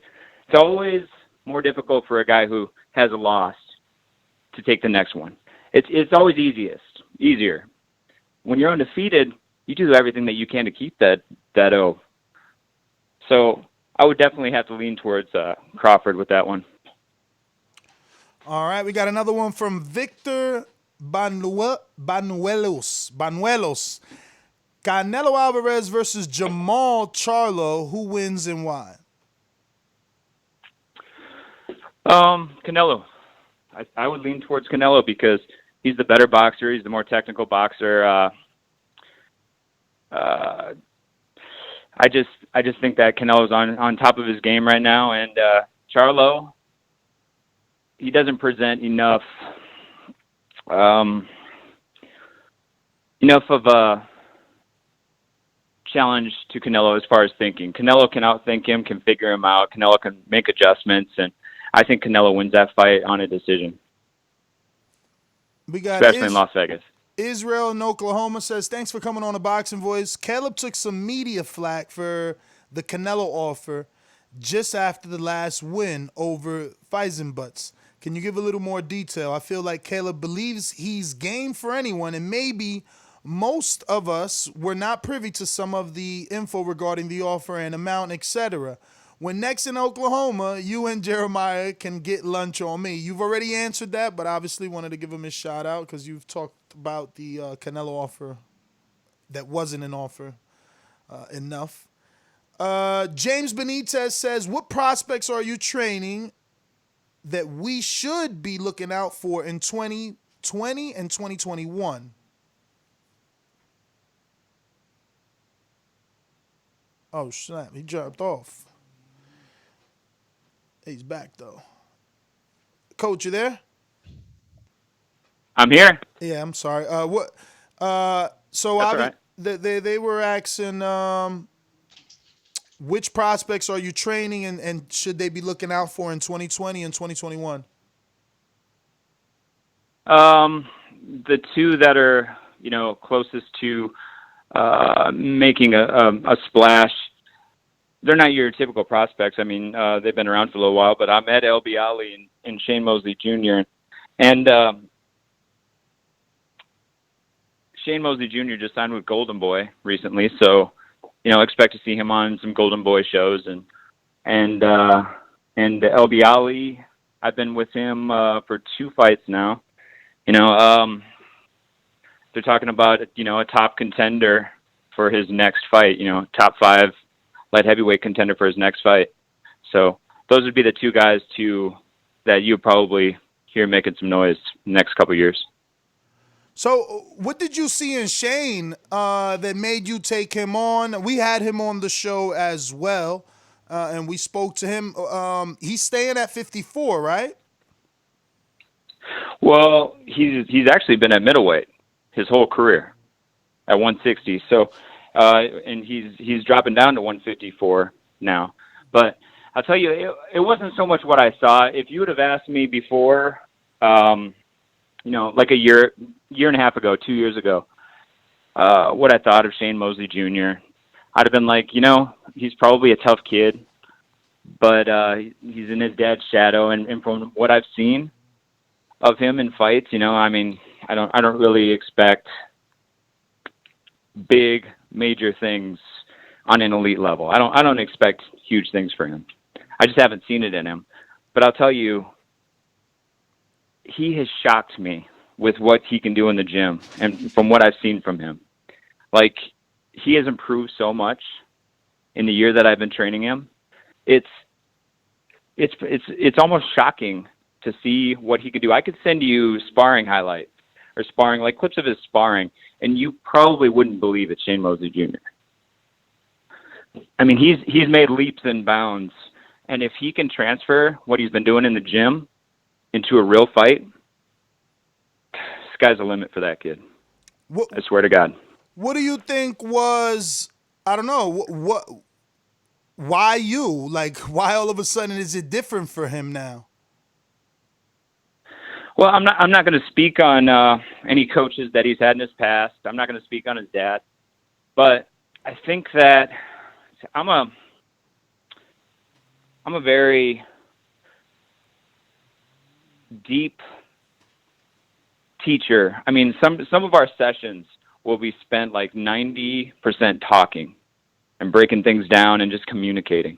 Sometimes, I mean, we talk often, and I don't know if he's ever been with anyone who's really taught every aspect of the game and broken it down to the levels that I have. Like I said, I can't speak for any other coaches in his past, but I'll say that the way that we're working, it suits him, and it's from what I can see, it's bringing out the best in him. Well, expect good things, man. He had a very good run on the Contender Series. I know that wasn't with you, but he looked good there, and he looked hungry. You know, just came up short versus Brandon Adams. But we got George Foster in the UK says, what fight do you most want to see when things get back and up and running? What fight in general, or what fight from one of my guys? Either or. I mean, I'm sure it was in general, but you could give us both from one of your guys and just in the fight world. Okay. Well, as far as Caleb goes, you know, the fight that I want to see is the fight with David Benavidez. I want a unification bout with David Benavidez. We want that fight. We're salivating for that fight. We want that fight bad. So we can grab that, snatch that green strap from him. But in boxing in general, some fights that I'm excited for, Teofimo Lopez and Lomachenko. I'm really excited about that fight because I've spent quite a bit of time with Teofimo in Las Vegas before he moved, and I love that kid. I love watching him box. I've told him that as far as boxing in Las Vegas goes, I mean, the two guys that really get me up, like excited to watch spar, Caleb and Teofimo. And you know, I'm not going to go out and say that you know, Teofimo's going to blow him out, but I think that's for me, it's a tough fight to call because Lomachenko, I think that I don't see him as a legitimate lightweight. I think that he's maxed out on his weight, and these fights are a lot more, maybe not the last one, but you know, against Linares and against Pedraza, those were competitive fights. And I think it's just the weight. He has to do so much to make a dent in these guys at 135.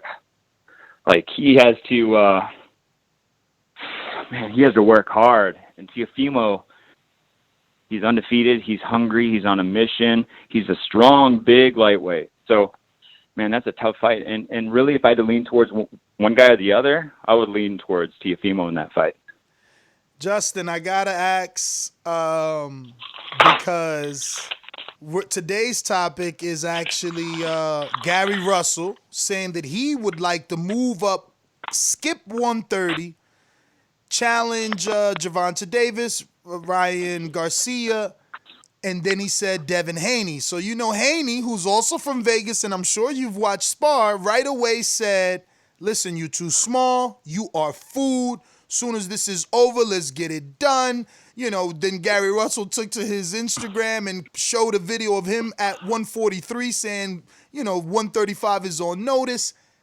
Can Gary deal with 135 Devin Haney?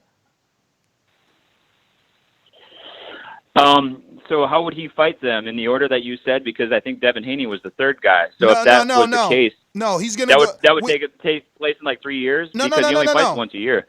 You taking shots? No, I want to say we go straight into the Haney fight, because Haney's the only one saying let's fight, right? These are two guys that are basically avoided, right? He's been wanting Leo, Abner, everybody, Vasil for forever. He can't get him. Haney, you got Broner asking for $20 million, Vasil giving up the belt. Teofimo, instead of staying in the WBC tournament, went the IBF route. So, Haney can't get a fight. Neither one. I mean, what do you think? And essentially, it's the same thing as Vasil fighting Teofimo, right? A 126-pounder that started there and moved up to 135 versus a true 135er. Well, it is the same thing, except Lomachenko has more time and experience at the higher weight, so it's not going to be so new to him. And it being new, jumping up the weight and it being so new, and not that it would have been any different anyway, but think about Mikey Garcia and Errol Spence. Mikey makes that huge jump, and immediately against somebody like Errol Spence, I was astonished that they made that fight. But right now, if Gary Russell Jr. jumped up and fought Devin Haney, the thing is, I would definitely lean towards Devin Haney. But how does he come back from the shoulder injury? That's what I ask myself. And not only physically, but mentally. Is he hesitant to pull? Is he pulling his shots? Is he hesitant to throw out of that arm? I mean, does he mentally come back 100% from that injury? If he does, 100% physically and mentally come back from the injury, it's hard for me to envision Gary Russell Jr. beating him. But, those questions in my mind, make it competitive. But I would still lean towards Devin. Definitely. Well, thanks for that. Let me get back to these other questions we have for you. All right, we stopped off at James Benitez, George Foster. We got J Mac in the New Orleans says, welcome, champ. Demetrius Andrade versus Jamal Charlo. Who you got? Break it down, please. Demetrius Andrade.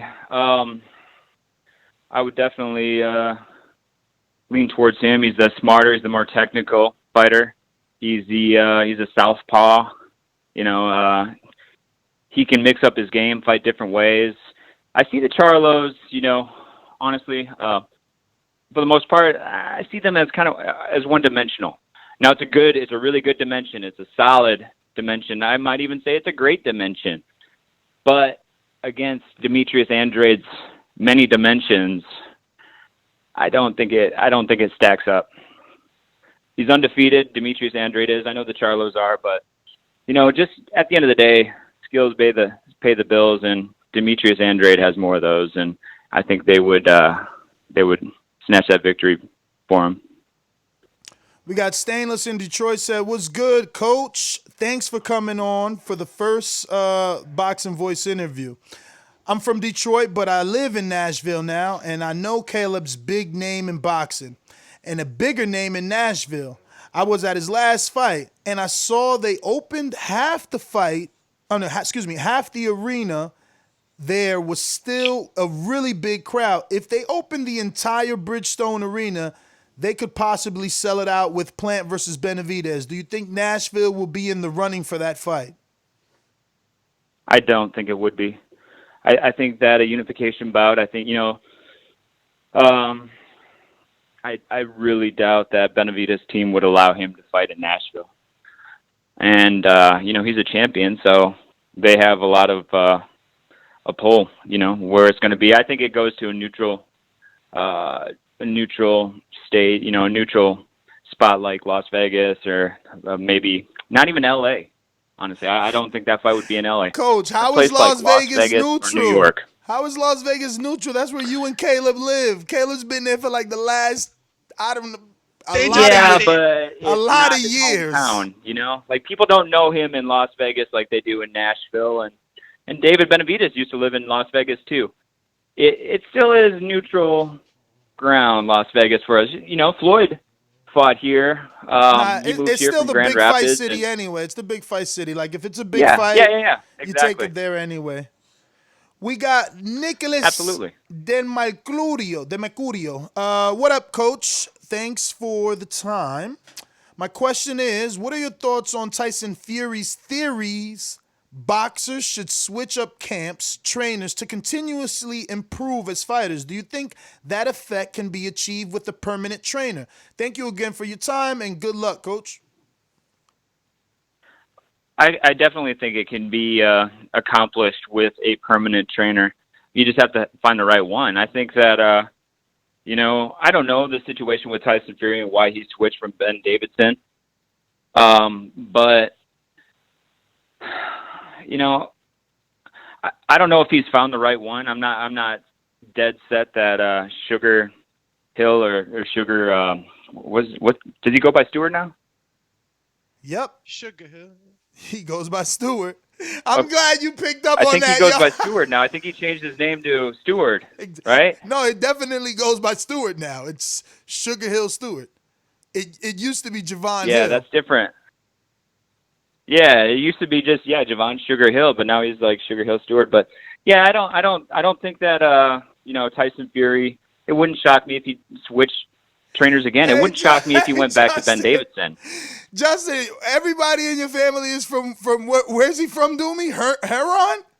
Is everybody from Huron or somebody? I'm from Huron. Is someone from New York? Like, you got some, because you took a lot of shots on this interview, man. Oh man, dude, it's not intentional. I promise you, it's not intentional. Speaking the truth. You're just speaking the truth, honestly. You're just being honest. Yeah. I'm not, and I don't mean to, I guess, if it's not intentional, I don't really care if I offend anybody because I know what my intentions are. But at the end of the day, when you find a great trainer, yeah, I mean, you got to keep it real at the end of the day, right? Most definitely, especially in this sport. Yo, so and that's a rarity in this sport. It's like people being honest with each other. You don't see it very often, but you have to. I'll watch some fights sometimes, and I'll hear a coach tell his fighter that after the 9th round, his fighter has lost 8 out of the 9 rounds, and this coach is telling him that he's winning. He's on top. Well, either you're completely biased or you don't know boxing. That's what I'm thinking about this coach, and how is a fighter that thinks he's winning when he's lost just about every round, how is he gonna, flip a switch and get into desperation mode when he thinks he's winning? If anything, he's probably gonna coast. You got to be honest. Fighters, if they don't like what you say or they don't want to hear what you have to say, your honesty, then maybe they should consider taking up a new job because I want to win. And sometimes, I have to be honest with a guy to get that win out of him if I want to get the win out of him, But to answer your question about Tyson Fury, I think that, if you can find one trainer and a good trainer and stick with that one trainer, I think that's the best way to do it. But, I mean, if you're bouncing around and you're getting a little bit here, a little bit there, I mean, you typically don't see fighters do that and do well.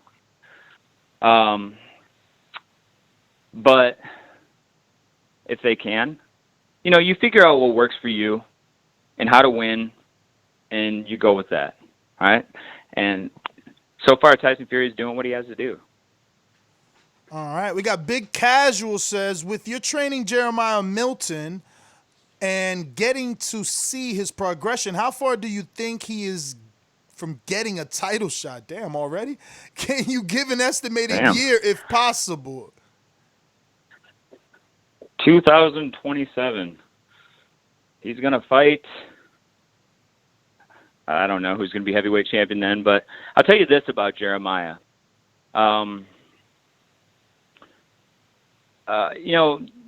You guys asked me earlier how I came to work with Shane, and a lot of times it's somebody that I trust in the sport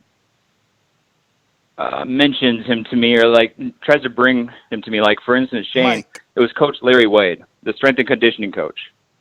He asked if I would give Shane a shot, and I did. And I like Shane, and he showed me everything I needed to see in a fighter. And yeah, Mike Leonardi brought Jeremiah Milton to me.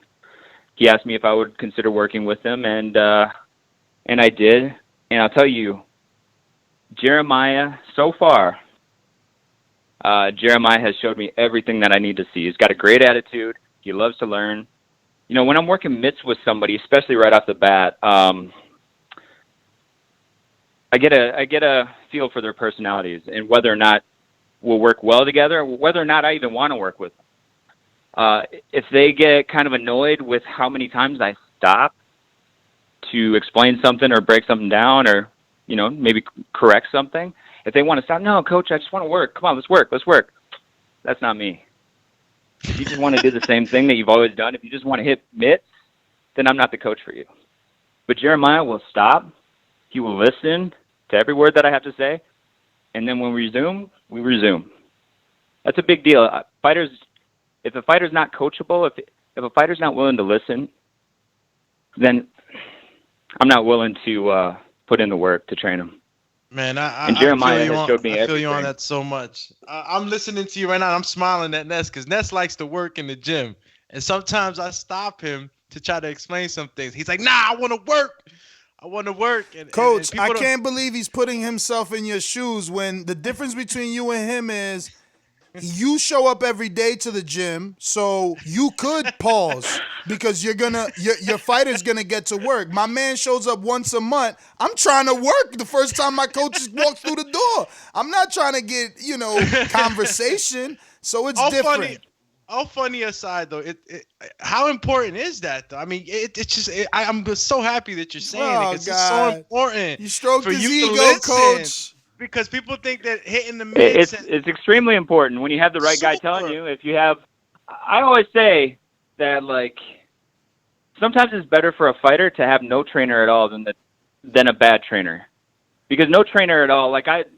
I had a coach try to explain to me how to throw a jab, how he teaches a fighter to throw a jab to the body, and he stood completely straight up, tall, and just aimed his hand down without any bending at the waist, without any movement at all. That's like asking to get knocked out. Will you please knock me out with the right hand right now? I mean, it's just it leaves a guy so vulnerable. And his fighters, I'm like, man, I mean, if they didn't have a coach, at least they wouldn't, be getting knocked out with right hands, or that way at least, most likely. As long as you have the right guy telling you talking to you and teaching you, then yeah, I'm always an advocate of quality over quantity. All right, we got Always. Cali Fire says, what it do, coach? Where did you get the inspiration to become a boxing trainer, and what are your aspirations for the future? Inspiration, boxing has been my passion since I was a little kid. I mean, I know more about boxing than I do any other subject in the world. And in my mid-20s, I started, I don't know what spurned it. I know that teaching runs in my blood. My sister's a teacher. As a matter of fact, my sister was just telling me the other day how I was the one who taught her how to throw a football and how I broke it down for her when we were kids. And I didn't remember that at all, but I love boxing. I have a natural knack, a natural talent for teaching and training fighters, working with fighters. And, I started coaching when I was 25 years old, and from the time that I started, I just knew that it was for me. I just felt good. I felt comfortable. I was in my element, and I was good at it. I wasn't, obviously I wasn't nearly as good then as I am now, but I just knew this is what's meant for me in my life. As far as my aspirations go, it's funny. When the whole time I've been training Caleb, I never thought about when he becomes a champion, when he has the belts, and when we're making this money. I never thought about that. It was never. I always, we worked to make it happen, but I was always I didn't want to think too much about those things, because if I think too much about those things, I may forget about the day-to-day work that it takes to get there. And so I've just always been focused on the day-to-day. And I don't really, as far as aspirations go, this is what I do. This is what I love, and I like to win. It's been since 2012 since I last lost a fight as a professional trainer. That's 47 fights ago. There is one draw mixed in there, and this is with different guys, but I'm competitive as F. I like to win. Yeah, man, I'm with you on that. What's your sign? Sagittarius. Okay. All right, we got the last one coming from Tracy. Says, "What's up, Coach? We recently had a show on Ruiz, and I was wondering." You already answered that. Wondering, do you have any heavyweights or any interest in Ruiz? So you've already trained Ruiz, and you already spoke about your heavyweight. What I do want to take a little bit of time to take your attention to your Instagram. A very old post. I'm a stalker, especially when we're interviewing. You posted an old interview with Radio Raheem and Abel Sanchez about, coaches and how you guys get paid like $300, if that, in the beginning. Was that ever was that ever a time for you?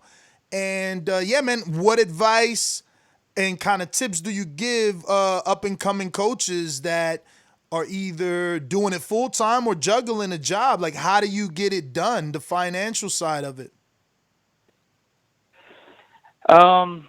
It's unless you have an in to begin with, like for instance, Freddie Roach, when he started coaching, Freddie had his whole pro career. He had been trained by Eddie Futch, and so when he started coaching, he became an assistant to Eddie Futch, and he was already in an awesome position, but he didn't have to put the work in as a coach, but he put the work in as a fighter to get to that spot. And, but I mean, if you start off coaching and you don't have that in, I would say it's nearly impossible to do it as a job, and make a living. I mean, that's your only job. It's virtually impossible. Especially if you have a family, you have to do other things. I had to do like personal training when I started. And of course, yeah, absolutely. It took me a long time to get to a place, where right now I'm making, pretty good money, but there was a lot of hard work and sacrifice and a lot of times where, damn, but I never once considered not doing it. It was never a thought like, man, my ex-wife wanted me to stop, but keyword, ex-wife. So I'm not. I'm sorry. What's that? I didn't mean to cut you off. I heard the pause. I thought you were done. Go ahead. No, I was just saying that, yeah, there's a lot of, if I could give them any advice, I would say, this would be a job if this is your passion and if you're willing to put the work in. And the work isn't only done in the gym. It's done at home, studying, watching fights. I have a boxing DVD collection with more than 10,000 fights. Now they're all on YouTube, which I'm like, man, you guys all have that shit on YouTube. I put this shit together myself. But, I mean, it's every aspect of your life is focused on improving and becoming the best coach. If you have that kind of passion and you're willing to take the hits, you're willing to put in the work for the long haul, then I would recommend, this is the job for you, but you really you have to put 110% in, and it's got to be your passion. And then you have to have some talent with it too. And if you don't have all those things, it's going to be hard. It's going to be difficult, especially if you don't have an in. So, Coach, the reason I wanted to talk about those specific interviews with Radio Raheem and Abel Sanchez is because there was a part in that clip that you specifically posted where you're like, a trainer works with a fighter his whole career, and not only is the trainer invested, but the family of the trainer is invested, and the family is looking at the fighter and they're like, okay, we're going to be able to buy our house this year. We're going to be able to get this car because obviously you're invested in the well-being of that fighter, because that's how you get your financial benefits. So I'm bringing it back to Canelo. I mean, did you count the chickens? Like, damn, if we get this Canelo, I mean, it was like 8 million rumor. I mean, did you start thinking about a new house, or did you, or are you at the point where you don't count chickens before they hatch? I've always been at that point. Like I said earlier, I've never gotten caught up in. I've heard so many people like talk about the belts and when I get to this point, I'm going to be making the money, and those same people never get there. None of them that I know that have been saying. That have been talking about it because they're so caught up in it. You know what would really impress me? If those same people said, man, I'm improving, my jab's improving, like I'm getting better every day, and they're giving me examples of their improvement, then, there's a chance that they may get there. But for me, with all this Canelo stuff going on, I never once thought about, the houses, the cars, anything like that. I just stay focused on the day-to-day work, like I always have. That's all I'll ever do, I'm sure. Because I'm not in this for the money, and I'm single. I don't have a family. I'm divorced, and I don't have anybody else to worry about. But I'm not in this for the money. It's my passion. I love to win. The biggest victory for me isn't like collecting a check at the end of the fight. It's that feeling, like when Caleb beat Uzcategui, when his hand was raised. That's why I'm in this. So to answer your question, no, I'm not. I don't get caught up in that stuff. No. Cool. Well, Justin, that is all our questions. Want to thank you, obviously, but we definitely want to make this a more regular thing, man. We've interviewed you in the past, in person, but never on the podcast, so we're really excited to have you on and would love to have you back. If you can, please give out any social media. I have been screen sharing it throughout the interview, but please give out any social media for those listening that aren't following can do so. Yeah, you can follow me, Coach Justin Gamber, on Instagram, at Coach Justin Gamber. On Facebook, you can just look me up by my name, Justin Gamber. And yeah, it's been great, guys. More than happy to come back. All right, thank you. Appreciate Appreciate the it, Coach. time. There you have it, Thank ladies you. and gentlemen. World-renowned trainer Justin Gamber on the show. Appreciate his time. Trainer, Doomy never does research. How you didn't know that he trains, I know Jeremiah was hard because that's relatively new. I knew. Well, we had him on. So Yeah, I remember knew that, because but we I wouldn't have interviewed seen him. it. Yeah, I wouldn't have seen it anywhere else. but I knew because we had him. interviewed Jeremiah. He let us know, and obviously Mike let me know. But Plant and El Baali should have known. Jab, jab. Albi Alley. I didn't even know how to. He lost spell to John the last- Pascal. That's his biggest fight. So it's gonna be interesting to see how he rebuilds him. He took on 2 projects. Those are projects. Let's just be real. Obviously, you get more scrutiny because now it's like you are like in the eyes of society, or at least boxing society, right? They're expecting you to fix them.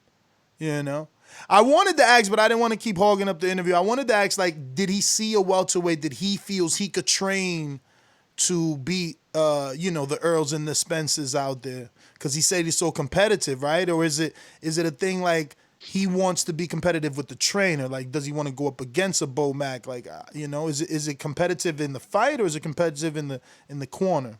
I think that in every sense, as a coach, you it's like you're playing chess. You know what I'm saying? It's like, how much information did you give your fighter? So it's a competitiveness in the coaching, and also in your fighter, and the competitiveness that he's gonna display in the fight. But it's thrilling, man. I mean, look, man, we're doing it at the not at the professional level, obviously, but like when I'm cornering a guy, and he's doing the things that I've taught him, and I'm shouting out calls, and he's reacting, and things are landing.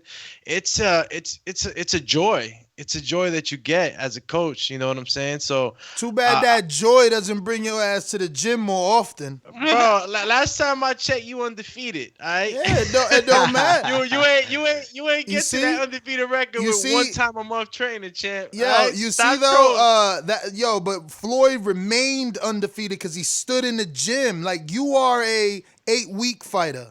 You want to get ready when you got the contract, man. I'm Terrence Crawford. I'm Crawford and Floyd, man. I stay in the gym. That's my life. But if I ain't got no trainer, our gym is private. I'm gonna show up to talk to the heavy bags every day. Get out of here. But it takes a lot of time, a lot of energy, and a lot of dedication. As a coach, and I'm glad that the coach came on and spoke on the a few of these things. He there's more things to speak about the ups and downs of a coach, because it ain't easy, man. It ain't easy. You got guys that don't want to listen, that they show up with different attitudes to the gym at different times. You might have woke up mad, now you want to take it out on your coach, or you don't want, or you might have saw something that you liked on a video, and then you want to come in and dictate how the session's gonna go. He's sneak shotting. He's sneak shotting. Yo, he making it all like of Andre Yo, Ward can we get back to boxing? Mario, I agree with Doomy saying that it is trainer versus trainer when he's in that corner. Obviously, it's fighter versus fighter, but the trainer's information. I think the hardcores look at it like that too. Like, absolutely. Oh shit, Freddie Roach, Eddie Reynoso. Cash. It's war. It's war. Yeah, I don't care who's standing across the ring. I'm grilling the fighter and the trainer. Yeah. Anybody that's two in the border, I'm looking across the ring. You fool. We at war. But Enrique, does that add another level of interest to you? Like when you have two fighters that and that you're excited about, and they have two trainers that and excited about. Doesn't that add another layer for you? Yes, absolutely. That's why when Floyd says I'm a trainer and that's pairs him up with like Adrian Broner or Gervonta Davis, it's like, oh shit, damn, that's a powerhouse corner. Exactly. Yeah, I feel you. And like you gotta dedicate time. Like I got invited over to Sosa. Shout out to Sosa crew. I got invited out there to go help. With some mitts and coaching and stuff like that. And I've gotten other opportunities, but you gotta really dive yourself 100%. And one of my not dive is yourself. You have to do. You have to do what coach. You have to do what Coach Gamba said. If you ain't doing it full time, you can't do it. So it's like you want to. My problem has always been spreading myself out there, and I wear a few hats. I want to do this, I want to do that, but I stay studying. I stay looking at fights. I stay trying to come up with different scenarios for different type of fighters, body types. There's so much in my brain that I've accumulated, but I haven't had the opportunity to say, you know what, I'm gonna put everything down and I'm gonna do this, because like it ain't paying money. You feel me? It's not like you getting rich off coaching. You know what I'm saying? Nah, brother, because it's like he said, it's got to be a passion. It's just like podcasting. That's how we everybody's trying to jump on the podcasting boom now, because now there's a demand. But when podcast was brand new in 2006, people weren't doing it. You only did it if you had a passion, if you just really, truly wanted to speak on the airwaves. So, you have to love something to do it every single day. It can never be about finances, man. But I want to get back to hold on. Let me just get back to some real actual boxing, because yesterday we were talking trainers and the passion. And the thing is, Justin needs to get credit for, creating Caleb, so to speak. The same way we were talking about Reynoso getting that credit for building and creating Canelo. These guys took them from amateurs to pros to world champions and defended those belts. So it's a little bit different than a coach that, didn't create a world champion, It's different if you haven't ever created a world champion. I mean, that's good too, because you could be known as like the rebuilder, right? Like you're the guy that guys go to. And because there's Bomac is doing that. He's taking on a few projects. Everyone has got their own projects right now. Bomac, Chino. Yeah, that second coming, because you also get a lot of clout for that. If you could bring a fighter back, like for instance, Shane Mosley Jr., no one's thinking about him, right? Like we seen him do really good in Contender, but he lost to Brandon. So it's like, ooh, then it's like, wow, Golden Boy signed him. Okay. Oh, wow, Mike Leonardi is his man. Oh, wow, now Gamba is his trainer. So this is his rebirth, so to speak. And, to hear the trainer himself say that he's looking good and improving in the gym, I'm interested to see what he does. But imagine he gets him to a world title. That only shows the greatness of the trainer. I mean, obviously the fighter has to do it. He gets credit too. But again, that rebuilding, man, like, Who was the trainer that brought Pedraza back to a world title? That's dope. After Gervonta, I thought it was over, kind of. He got battered in that Gervonta fight. I always consider trainers kind of like commercial investors. Like when they get that big project that paid off, what do you want to do? You want to start investing in smaller little projects that you think could have real potential. You know what I mean? And that's kind of what a trainer does. That's, when they hit with that guy, that Caleb Plant, that Canelo, you start to think, and here's another thing that happens. When trainers get guys and they end up blowing up, like what if they haven't had them, from the very beginning, they start to think, man, if I would have had him from when he was 15, oh man, if I had him in the amateurs, and then you start wanting to find those guys so you can put that knowledge in them that you've learned based off of the time with the bigger fighter. You want to see how far you can take it, and it's a beautiful thing. 90 seconds. I want to see what improvements he did with Ebi Ali, because I'm gonna be real, he was super square. Bro, how do you spell Ebi Ali? It's Ahmed Ebi. It's Ahmed Ahmed. Elbi Ali is ELB. Oh, Elbi Ali. Okay. ELBIAALI. He was on Elbi Ali. He was on a fast track. Ali. Perfect. See if you could Google who 60 seconds. Who was his trainer before Gamber, because he was on a fast track, and I knew they shouldn't have put him in that Pascal fight, even though he should have won that Pascal fight. Obviously Pascal was older, but then in retrospect, look at what Pascal turned around doing to a younger Marcus Brown. Pascal's still a very live dog, but that revived Pascal's career. That Ebi Ali win, man. So I've been watching Ebi Ali from the beginning, because he's always been with Mario Serrano. I don't know if you remember Mario. Yep. All right. So because of that, I've been always watching him early, and he was square up a lot. You know what I mean? So it's gonna be interesting to see what Justin does for him and how it turns out. It's 10 seconds. It's pretty cool seeing these stories like that. You see, we just talked about Reynoso and how his stable is increasing. And now look at Justin. He's got, it's like you said, your hard work paid off with Caleb, and that becomes your free advertisement. So now you got Ebi Ali, who's on the cusp right now. He got that one loss, but if one win over a Marcus Brown, they said top 5. He said top 5. So imagine top 5. You got to think. I'm gonna go straight to the WBA, since PBC usually deals with the WBA more than anything. That's 175 too. Yeah, right? yeah, 175. So, I mean, he can always get a rematch with Pascal, but he's probably gonna have to earn it. Pascal probably won't look backwards. Right now, Marcus is supposed to get a rematch with Pascal, but let's see, 175, top 5. He ain't gonna get Gilberto. We'll have Gilberto on tonight on our evening flagship show, but he won't get Gilberto unless Gilberto tells us he's out that Top Rank deal that he's been definitely riding, because he ain't having no fights. He just been sitting it out. But let's see, in the WBA, Buatsi, man, nothing. I'm telling you, yeah. So he could get any of those in there. Blake Caparello, they've done business with Al in the past. He's from Australia or New Zealand. Buatsi is in the UK, and Bozel's also, I believe, in the UK, right? Dominic Bozel. So yeah, there's really nothing. Where is Ebi Ali in these rankings at? Where's he highest ranked at? You see him? I don't see him top 15 in any. So, wow, they're gonna jump him. All right, so okay, so who? So that means he gonna be B-side to somebody if he getting jumped. He ain't in the top 15 in none of these. Not a WBO, IBF, WBC, or there you go. It's number 7 in the WBA. So that means he'll fight Shabaransky.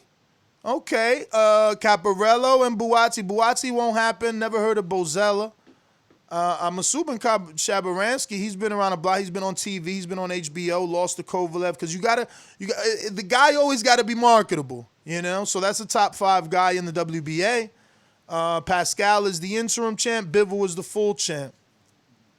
But yeah. So just going back for what you asked for, it looks like Ebi Ali was being trained by Carlos. For the Pascal fight, he was being trained by a Carlos, Albuerne. Albuerne? Carlos Albuerne. I don't know, but that's messed up. I don't know him either. That's messed up. I'm sure he's trained someone else. But sad that first time we hear his name, we know him for losing. Because I'm like Justin, man. I'm competitive, man. I'd rather win. I go around. I get that. I go around that checking too. my podcast views versus the competition all the time. Like I'm competitive as hell, so I get him. Well, I get that. I get that from a trainer standpoint, though. That competitive. It's not just about taking care of your fighter. Like there is this competitiveness. You know what I'm saying? Like it just develops. It's kind of like a father-son type of relationship in a sense. It's like you want your son to go out there and show out. You want him to score 4 touchdowns. You want him to hit the grand slam home run. You want him to get that 3rd round knockout. Like.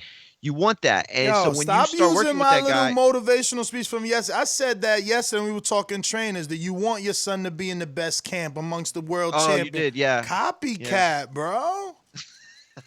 Yo, I don't even remember you said that till right now. Yeah, sure. Listen, let's go out to these callers. Maybe you got it in my head, and now it's just no. Listen, it was. Look, I'm gonna start trademarking, counterfeiting you too, Ness. Stop playing.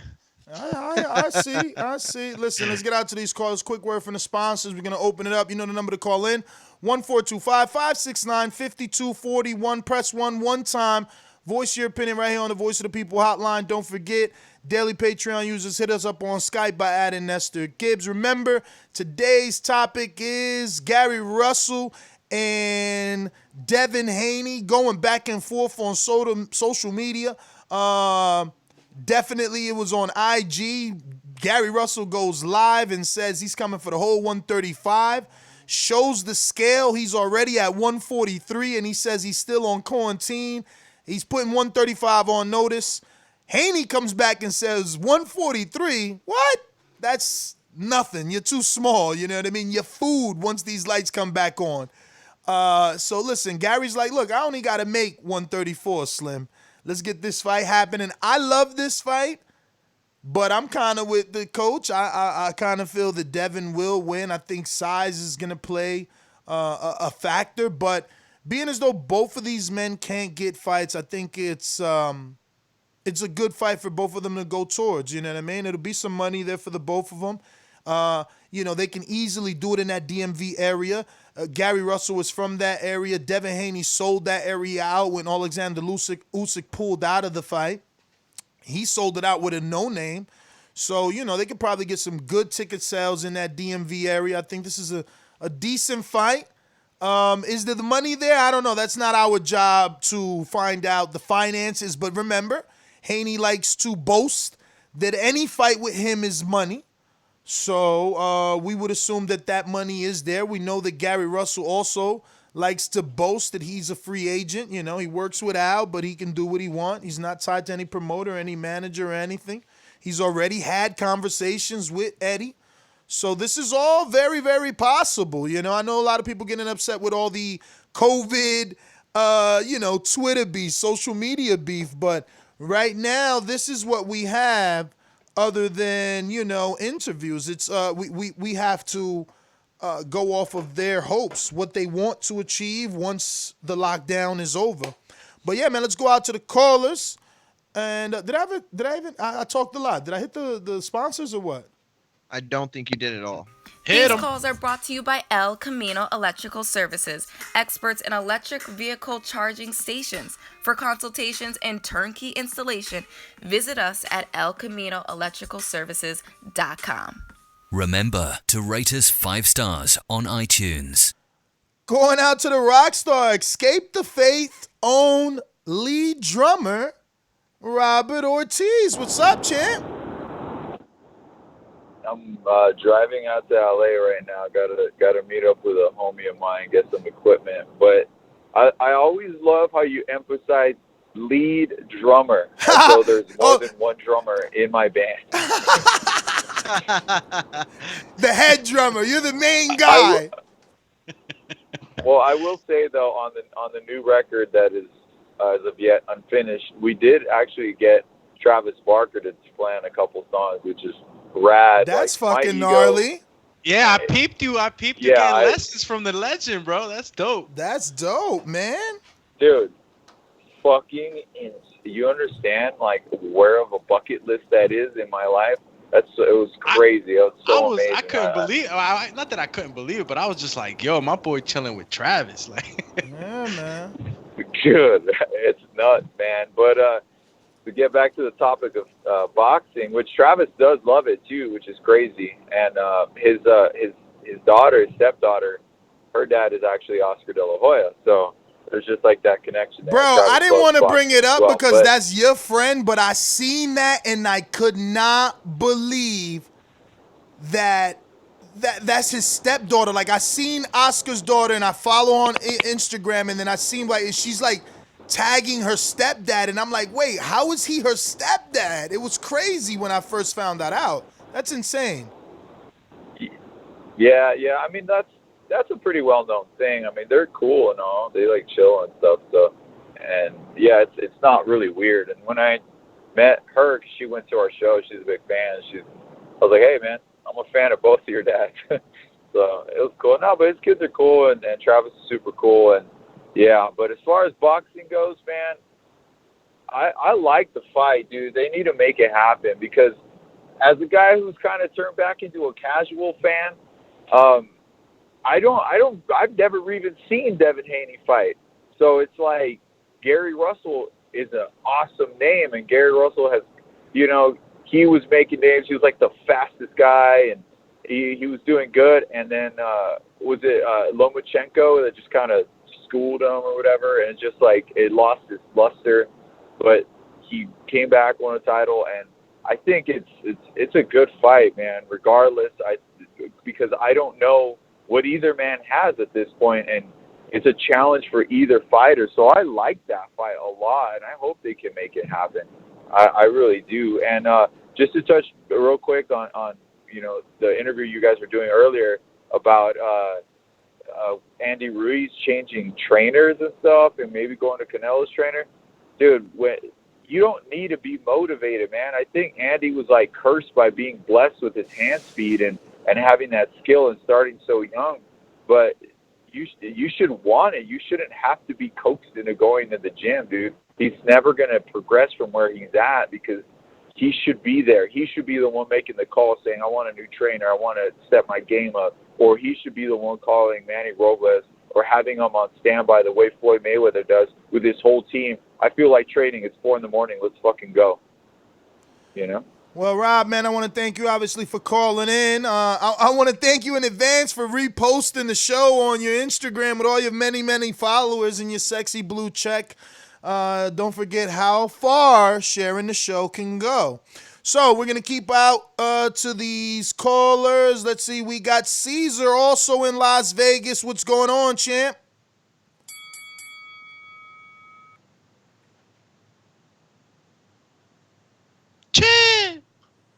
Caesar, just listening. You working? Talk to me. Going once, twice. Cool. Trey in the Bay. Talk to us. Bay Area. Good morning.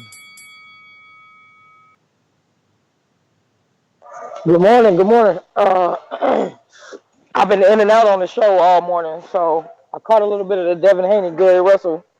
I think Gary Russell's too small for 135, personally. Devin could win, I guess. I just think Gary Russell's too small, man.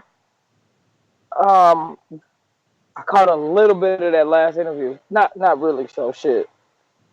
That's my call. I'm going to go ahead and get my boomerang to JT. All right, California. We're going out to alumni caller. Mr. Info Joe. This portion of the show we call In the Mr. Know, Info Joe. presented by my brother. Yo. Good morning, TBV family. What up, champs? Listening in on the panel. What's up, y'all? What up, Joe? Good morning. Good morning, man. How's I just Cali? did my whole... How's that Cali weather? It was a good 80 yesterday, man. It's looking beautiful today, man. I'm loving it. Amen. Got out and did my whole workout while listening to y'all. Did my 150 push-ups, 100 dips, and some crunches, man. Shout out to y'all for motivating me while I'm working out. Damn, Yo. Joe, you looking like you back in the 20s out here, 150 a each. Bro, he just said all that, and I was just about to tell you, Joe, like my hand just got better. I could do like 15 push-ups, man. I'm about to put up that workout. I know I'm mad late, but I could finally get them, man. Yo, I woke up at 7:30, hit the road on run. Nest know I have proof. Let's go. Let's go, champ. Yeah, can't get fat in lockdown time like me. So talk to us, Joe. As far as great interviews, man, great interview this morning. And as far as Gary Russell versus Haney, I would give the edge to Haney with the height and reach advantage, but you can't count out experience, man. That's one thing that Gary has over him that could make it a competitive fight. I like the fight. Shout out to Gary for keeping that energy, calling out everybody. And I actually believe this dude really want that work. So I hope that fight can happen, man. Neither one of them can get a fight they want right now. So let's make it happen. Shout out to the boxing gods. Peace, family. All right, we're going out to Oklahoma. Israel, what up? Hey, good morning. How y'all doing? All good, brother. Good interview. He's a cool dude, man. I hadn't really heard much on him, but I liked what he had to say about Andy. Kind of goes back to me and Brandon's point yesterday. Hey, my question for y'all is: do you think Gary Russell entering the fray would sway your decision on the best or the most interesting weight divisions we had earlier in the week, or was it last week? I don't remember. But I chose lightweight anyway. But I think having him in there adds another dimension. So, just a quick question. Y'all have a good day. Yeah, it absolutely does. Absolutely. You cannot put a guy like Gary Russell in any division and then not be impactful. But Izzy, I picked lightweight too. So, you know what I'm saying? Like, even if I didn't, though, to add that name, no matter what, is great. But to that stack division, hell yeah. It's got to be number one. Yeah, I don't know. I don't know that they get the attention. I think the argument still remains that the heavyweight division gets more attention than those other divisions, regardless if you add Gary Russell to the lightweight division. It's just not going to propel them. I mean, even financially, we're talking about Wilder Fury getting $25 million. Like, you know, later today we're going to be talking about Teofimo saying that Lopez wants $7 or $8 million to fight him. There you go. Wow. No, it's not wow. It's not wow. This is so that you can understand when I tell you that he's a lightweight and Keith Thurman deserves a respectable offer when everyone is making $7 and $8 million. Now that's just the market. Look, the offer to Billy Joe, $8 million. The offer to Jamal, $8 million. Mikey, $7 million. You know, it's just kind of like the new normal now, bro. They said, oh, we bringing the price back down, but it's kind of going back up for certain people. But let's go out to Seattle, Washington. Mr. PBC, baby. ThaBoxingvoice.com. I'm the flyest. Canelo talking about he believes he can win. Go to my kitchen. Get the sharpest knife. Cut the bullshit out. I don't care what you do good. I do every fucking thing great. Mr. PBC, baby. Yo. TBV was good. Finally back in this bitch. Dominic, how are you, brother? Working like crazy. I've been working like crazy. It's not because of nothing else. These motherfuckers got me working too much.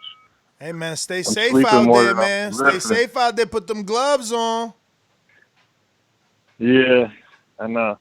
But man, I missed so many topics because I get on sometimes, Ness, and shit, I only got 15-minute breaks. So today was basically, I heard the interview a little bit and shit. And I seen the video with Devin Haney and not Devin Haney, but what's his name? Gary Russell. I forgot his name. I seen the video with Gary Russell. I mean, I don't know. That would be a dope fight. I would love to see that. I feel like Gary Russell's reaching everywhere, you know? He's getting tired of chilling. He's ready for a big fight. So I can't wait to see that. And TVZ for life. Yo, check the mail this week, baby. Check the mail this week. Okay. I got you, champ. I got you. Let's see. We going to New Orleans. You know how these bitches is in the sport. Total disrespect. Kid has no class, no style at all. I'm a gorilla, I'm a dog. I'm a dog, I'm a gorilla. The smartest thing you can do is to stay away from Derek. It can't be the boogeyman if I'm chasing. You want to bet? You bet 100,000 on that. Let's bet $1 million. Easy. Let's bet $1 million. Yo, good morning. Can y'all hear me clear? Good morning. Yeah, we hear you perfectly. I like the interview. Gammer and stuff. That's Caleb Plant trainer. I like his confidence. I like how you speak and stuff like that. Sound like a confident guy. That you posted something from the dopest for real full 15 about his comments about people not knowing the topic in the chat earlier on Skype. Yes, sir. Can you tell that motherfucker please call in so you become the smartest person and stick to the topics and shit? Like, people always got a fucking opinion. Man, this show, let go north, south, left, right, east, west. Sometimes by the time we get to the callers, y'all done talked about 100 different things. You got to pick your poison. Man, these dudes got a lot of fucking opinions. Great show, great interview this morning. And guess what? Russell is a snack for Haney. Russell's a fucking snack for Haney. He gonna keep fishing for in the sea, and he gonna get his ass buried. Them boys too big for him at 135. That's my call. Maybe, man. Maybe. I mean, I'm picking Haney, but you still got it. Like that skill is still there. Like that stage, being on that big stage is still something that you have to overcome. Obviously, Haney looks like he's made for the lights. He's built like a star. But is he? That's all comes down on fight night. Let's go out to the man. You guys are back to back, bro. I'm going to say same state, brothers. Going to JT now. So interesting that you come across like a nice guy, but you're really a piece of shit. Hey, with that comment. That was a piece of fuck you. That was a piece of shit. We're doing live TV. Man, I don't care. What are you gonna do about it? I'll kill this mother. Why do you have to talk like that? Well, I'm talking to you the way I want to talk to you. You have a problem? Turn off your station. I'm the best ever. New Orleans, JT. Good morning. Good morning, man. What's up? What up? I came on here late. I wasn't really listening to the interview, but I'm just listening today. I don't got no smoke for nobody. All right, champ. Going to the UK. Coyote. To this day. To this day. Take a moment if you know the words. Come on.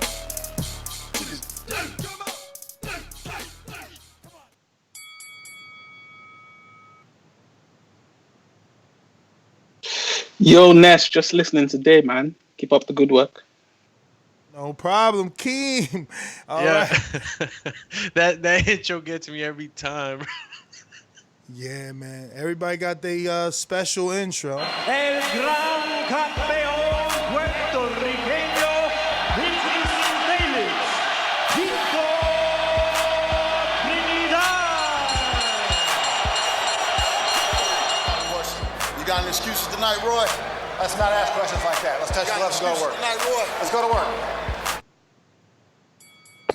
Keem in Florida, what up? What up? Good morning, y'all. Can you hear me? Of course. What's going on, champ? Nothing much, man. Appreciate you, Ness, man. Coronavirus. You already know, man. Coronavirus done hit me too, man. I got laid off a little while ago, so But shout out to TBV, man. A lot of the dudes on the back call be hitting me up. Had a guy, offer me a couple bucks if I needed it, man. That's how much love, everybody shows here, man. So just shout out to TBV, shout out to you. Good show, man. That was a good interview.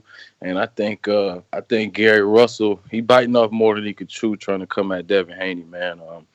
Not only is he too big and long, man, he's just as skilled. He's fast. He's got good timing. I mean, he's skilled and he's a lot bigger. So I think that's too much for Gary Russell. But I mean, shit, I'll still watch it. You know what I mean? It'll be a good fight, man.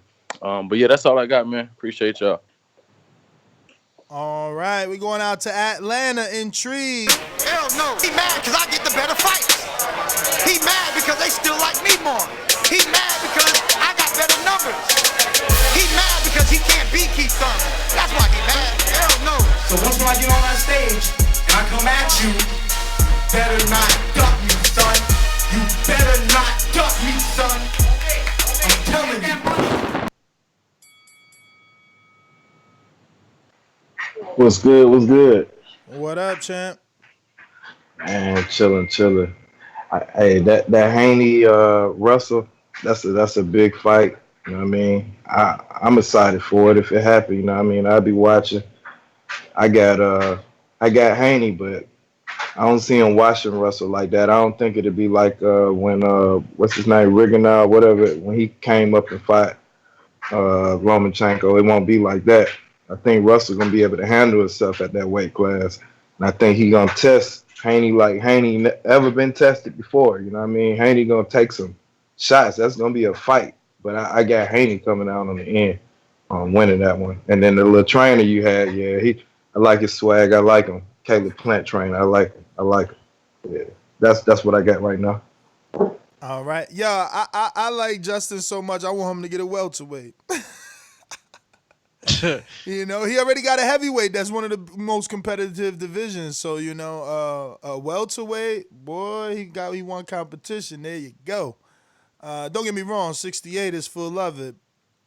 Let's get out to all these alumni caller. Everybody introed up, man. We going out to Detroit. Red belt, black belt, WO and green. I'm king. Undisputed GOAT, TBE. And you can catch the news first on TBV. Voice of the people now let me speak. Scientists of the sweet, BOXING. Stainless, what up?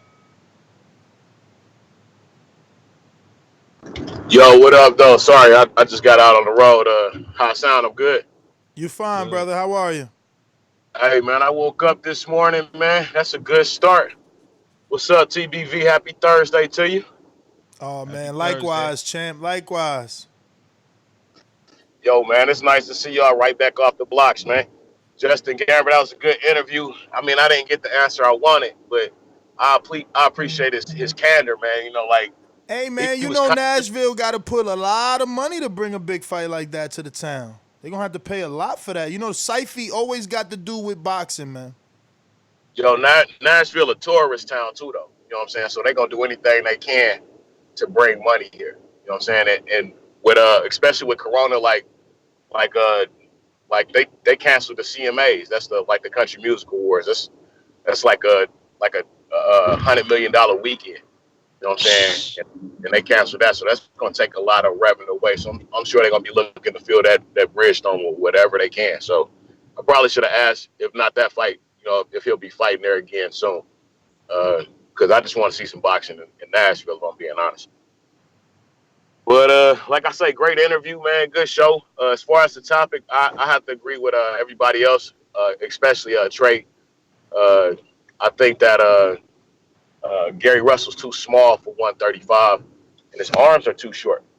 You know, and there's some big guys up there. They're young, you know, and they might not have all the experience, but they could definitely hurt him. So, you know, he should be careful up there if he's gonna go up there. I think he could do some things, man, but it's gonna be a tough road, man. You know what I mean? But I hope I use my boomerang too, because like I said, I'm on my way to work.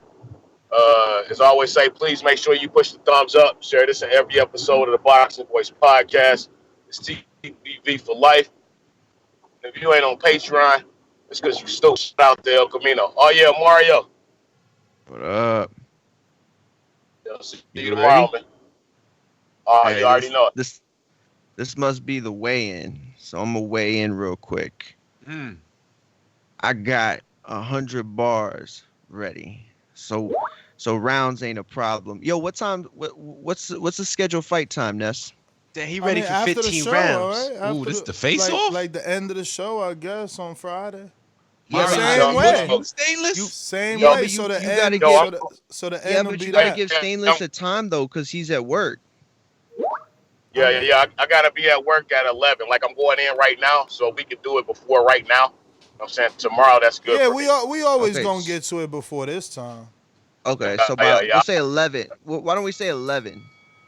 All right. Yeah, that's potential. That works for me. Why don't we say Tex? I'm gonna go ahead and get the Stone Bone boxing in Colorado. What's going on, champ? What up? What up? What up? What up? Yeah, man. Gary Russell, Devin. I look at Devin as him and Shakur as the pinnacle of the young guys, and I love Gary Russell. I love the dog in him. I love the attitude. I met him before, man.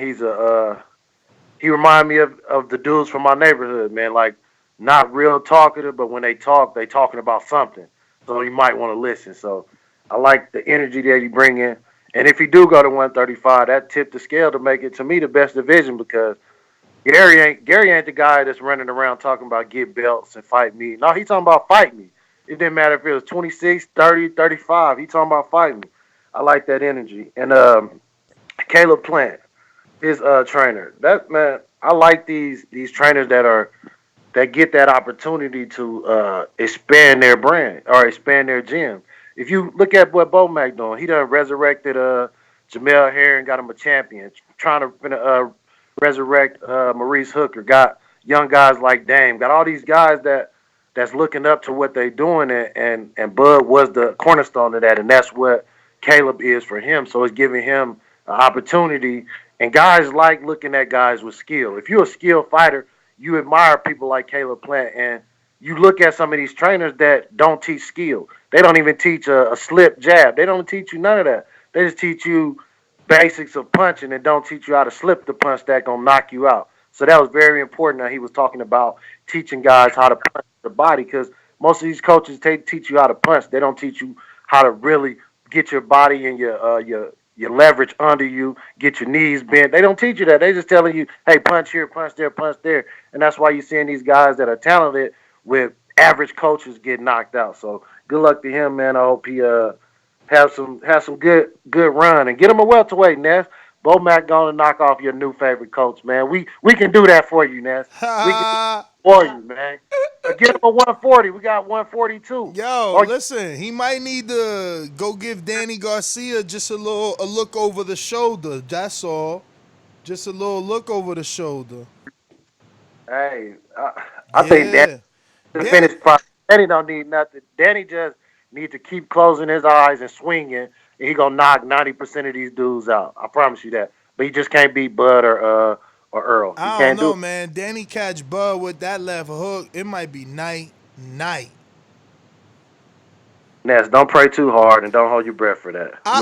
I'm not gonna do neither one. I'm not gonna do neither one, and obviously because right now Danny hasn't had a legitimate welterweight win when you compare it to Crawford's.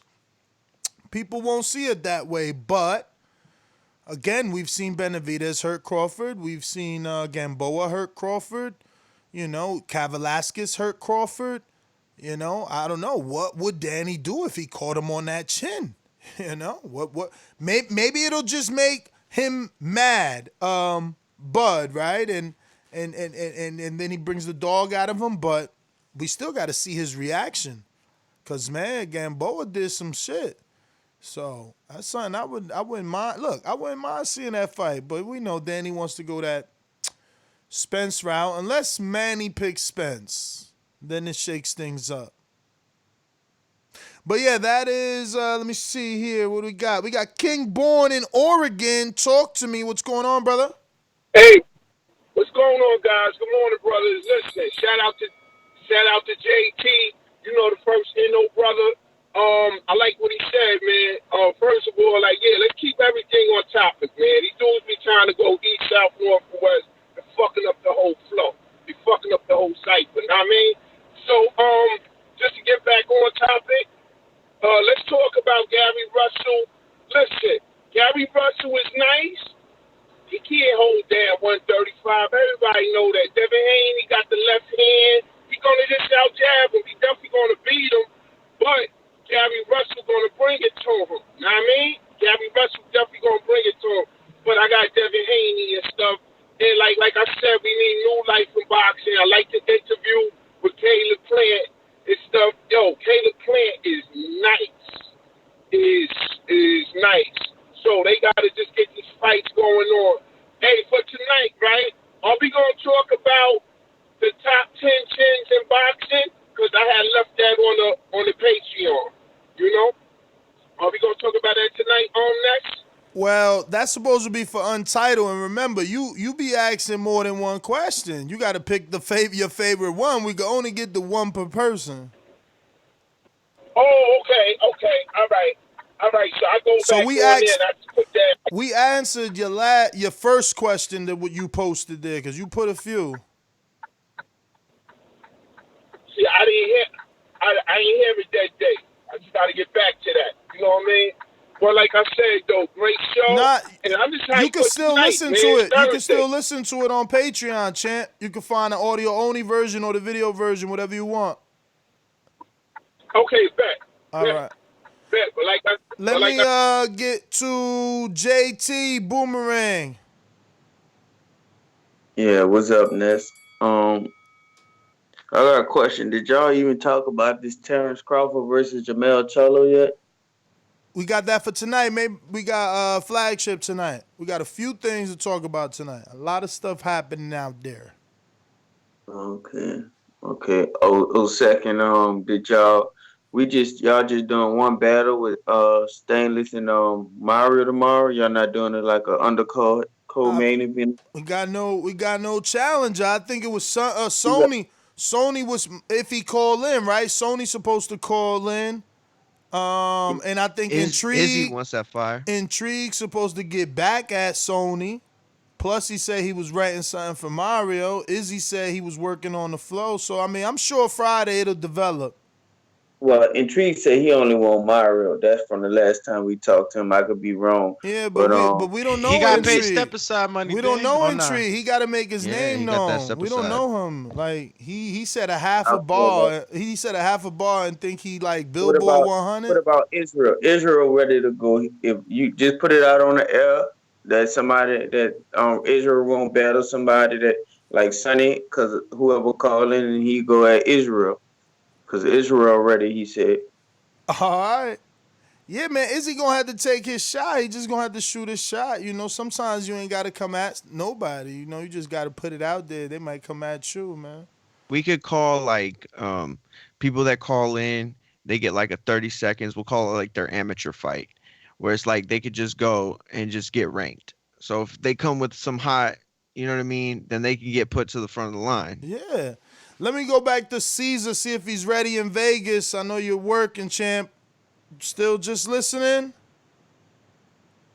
All right, where we going? Boomerang in the UK. Coyote, come back to us. Folks. What up, champ? Just listening, folks. Oh, all right. Damn, I didn't even hear that. All right, so who's the last Boomerang is Intrigue in Atlanta. What up? Hey man, y'all gonna have to make y'all mind up on this battle stuff. Cause if I'm going to get somebody, I need more than a day to prepare. And you know what I mean? It's just I thought it was no undercard, number one. So y'all get that straight. I think that's And JT, man. He trying to be a promoter. He trying to get his unsigned hype on the bottom. That's what it is. He trying to get them promotion. You see, he keep pushing he Izzy. working. Oh yeah, he definitely working. But he know already. He right. I said all I want is Mario. You know, that's what I said. Intrigue's a JT fighter? I don't know. Yeah, I am. Okay. Yeah. So I'm like Keith Thurman without no belt. Come on, go feed the dog, Intrigue. We gonna go out to Lids Low. I just wanted to know who to thank after they feed him to me. He want to send a thank you letter. Let me go to Lids Low in Decatur, Georgia. What's happening? Hey, what's happening, fella? Cooling at work, man, making it happen, you dig?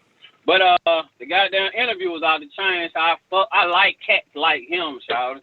You know what I mean? Answer questions, give you direct shit, tell you the truth about Bud once again. You know what I mean? But, you Bud fans love hearing when they love your fighter, huh?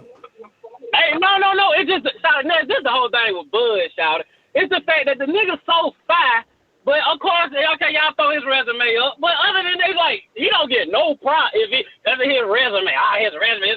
So fight, whatever. I take it with a grain of salt. You dig? I ain't tripping on it. I still rock with Bud to the day he stopped boxing. But what else I was like? Oh yeah, shout out to him, and then shout out to y'all, man. Y'all keep this shit rocking, man. I can't wait till the night though. Charlo wants some motherfucking Bud. Let go. All right. I knew y'all was gonna like that topic. Yeah, man. Listen, man. You know, we'll see. This we got 2 years, and we gonna have all types of answers in 2020. Look, this is so unexpected. So that just goes to show you, man, that it's, you know, people think fights are ready, and look, COVID. This was so unexpected. You know, Pacquiao, Mayweather had their own reasons for slowing up. And somehow Bud and Earl found their own reasons for slowing up. You know what I mean? But this is actually good, you know? After that accident, this is exactly what was needed. So there can be less doubters when that fight happens. But we have gotten to we got to get to J-Mac, right? We got the J-Mac twice? Once. No. What up? No. Hey, it's J&J Promotion. Just to My bad. just to be I knew clear. it was. It's J&J. It's J&J Promotion. So me and my brother, we speak on both our fighters. And Mario, after you get that beat down, I'm gonna be just like Don King. I'm gonna be jumping in that corner, trying to pull you over and stuff like that, and stuff. Cause I don't think that Stain guy, I don't think he gonna match up this time. I think that car go break down before he even make it to the fight. So you gotta make sure he show up.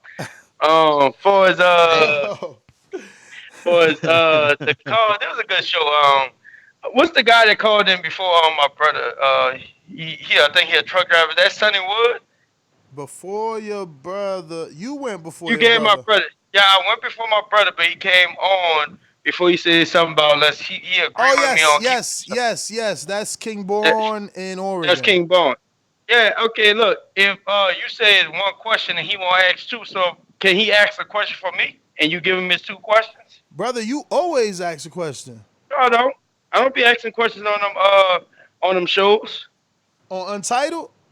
Yeah, I don't be asking questions on title. I just be busy on them. Nah, dog. 1 question per person, bro. We already be doing 4 hours of Untitled. 1 question per person. All right, well, let me give my last few seconds on that. Hey, Mario, I don't think that Stanley's guy ready, man. Like, you already took the 4 letters of his last, LESS.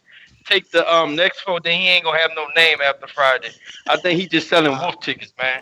I got you. I just hope that J&J Promotions got themselves a white towel next week. You just guys make have sure you got a white towel. The last 30 minutes have been about this little rap battle. You guys better impress tomorrow. I'll tell you. We ain't talking. No, it's all been about you versus Detroit.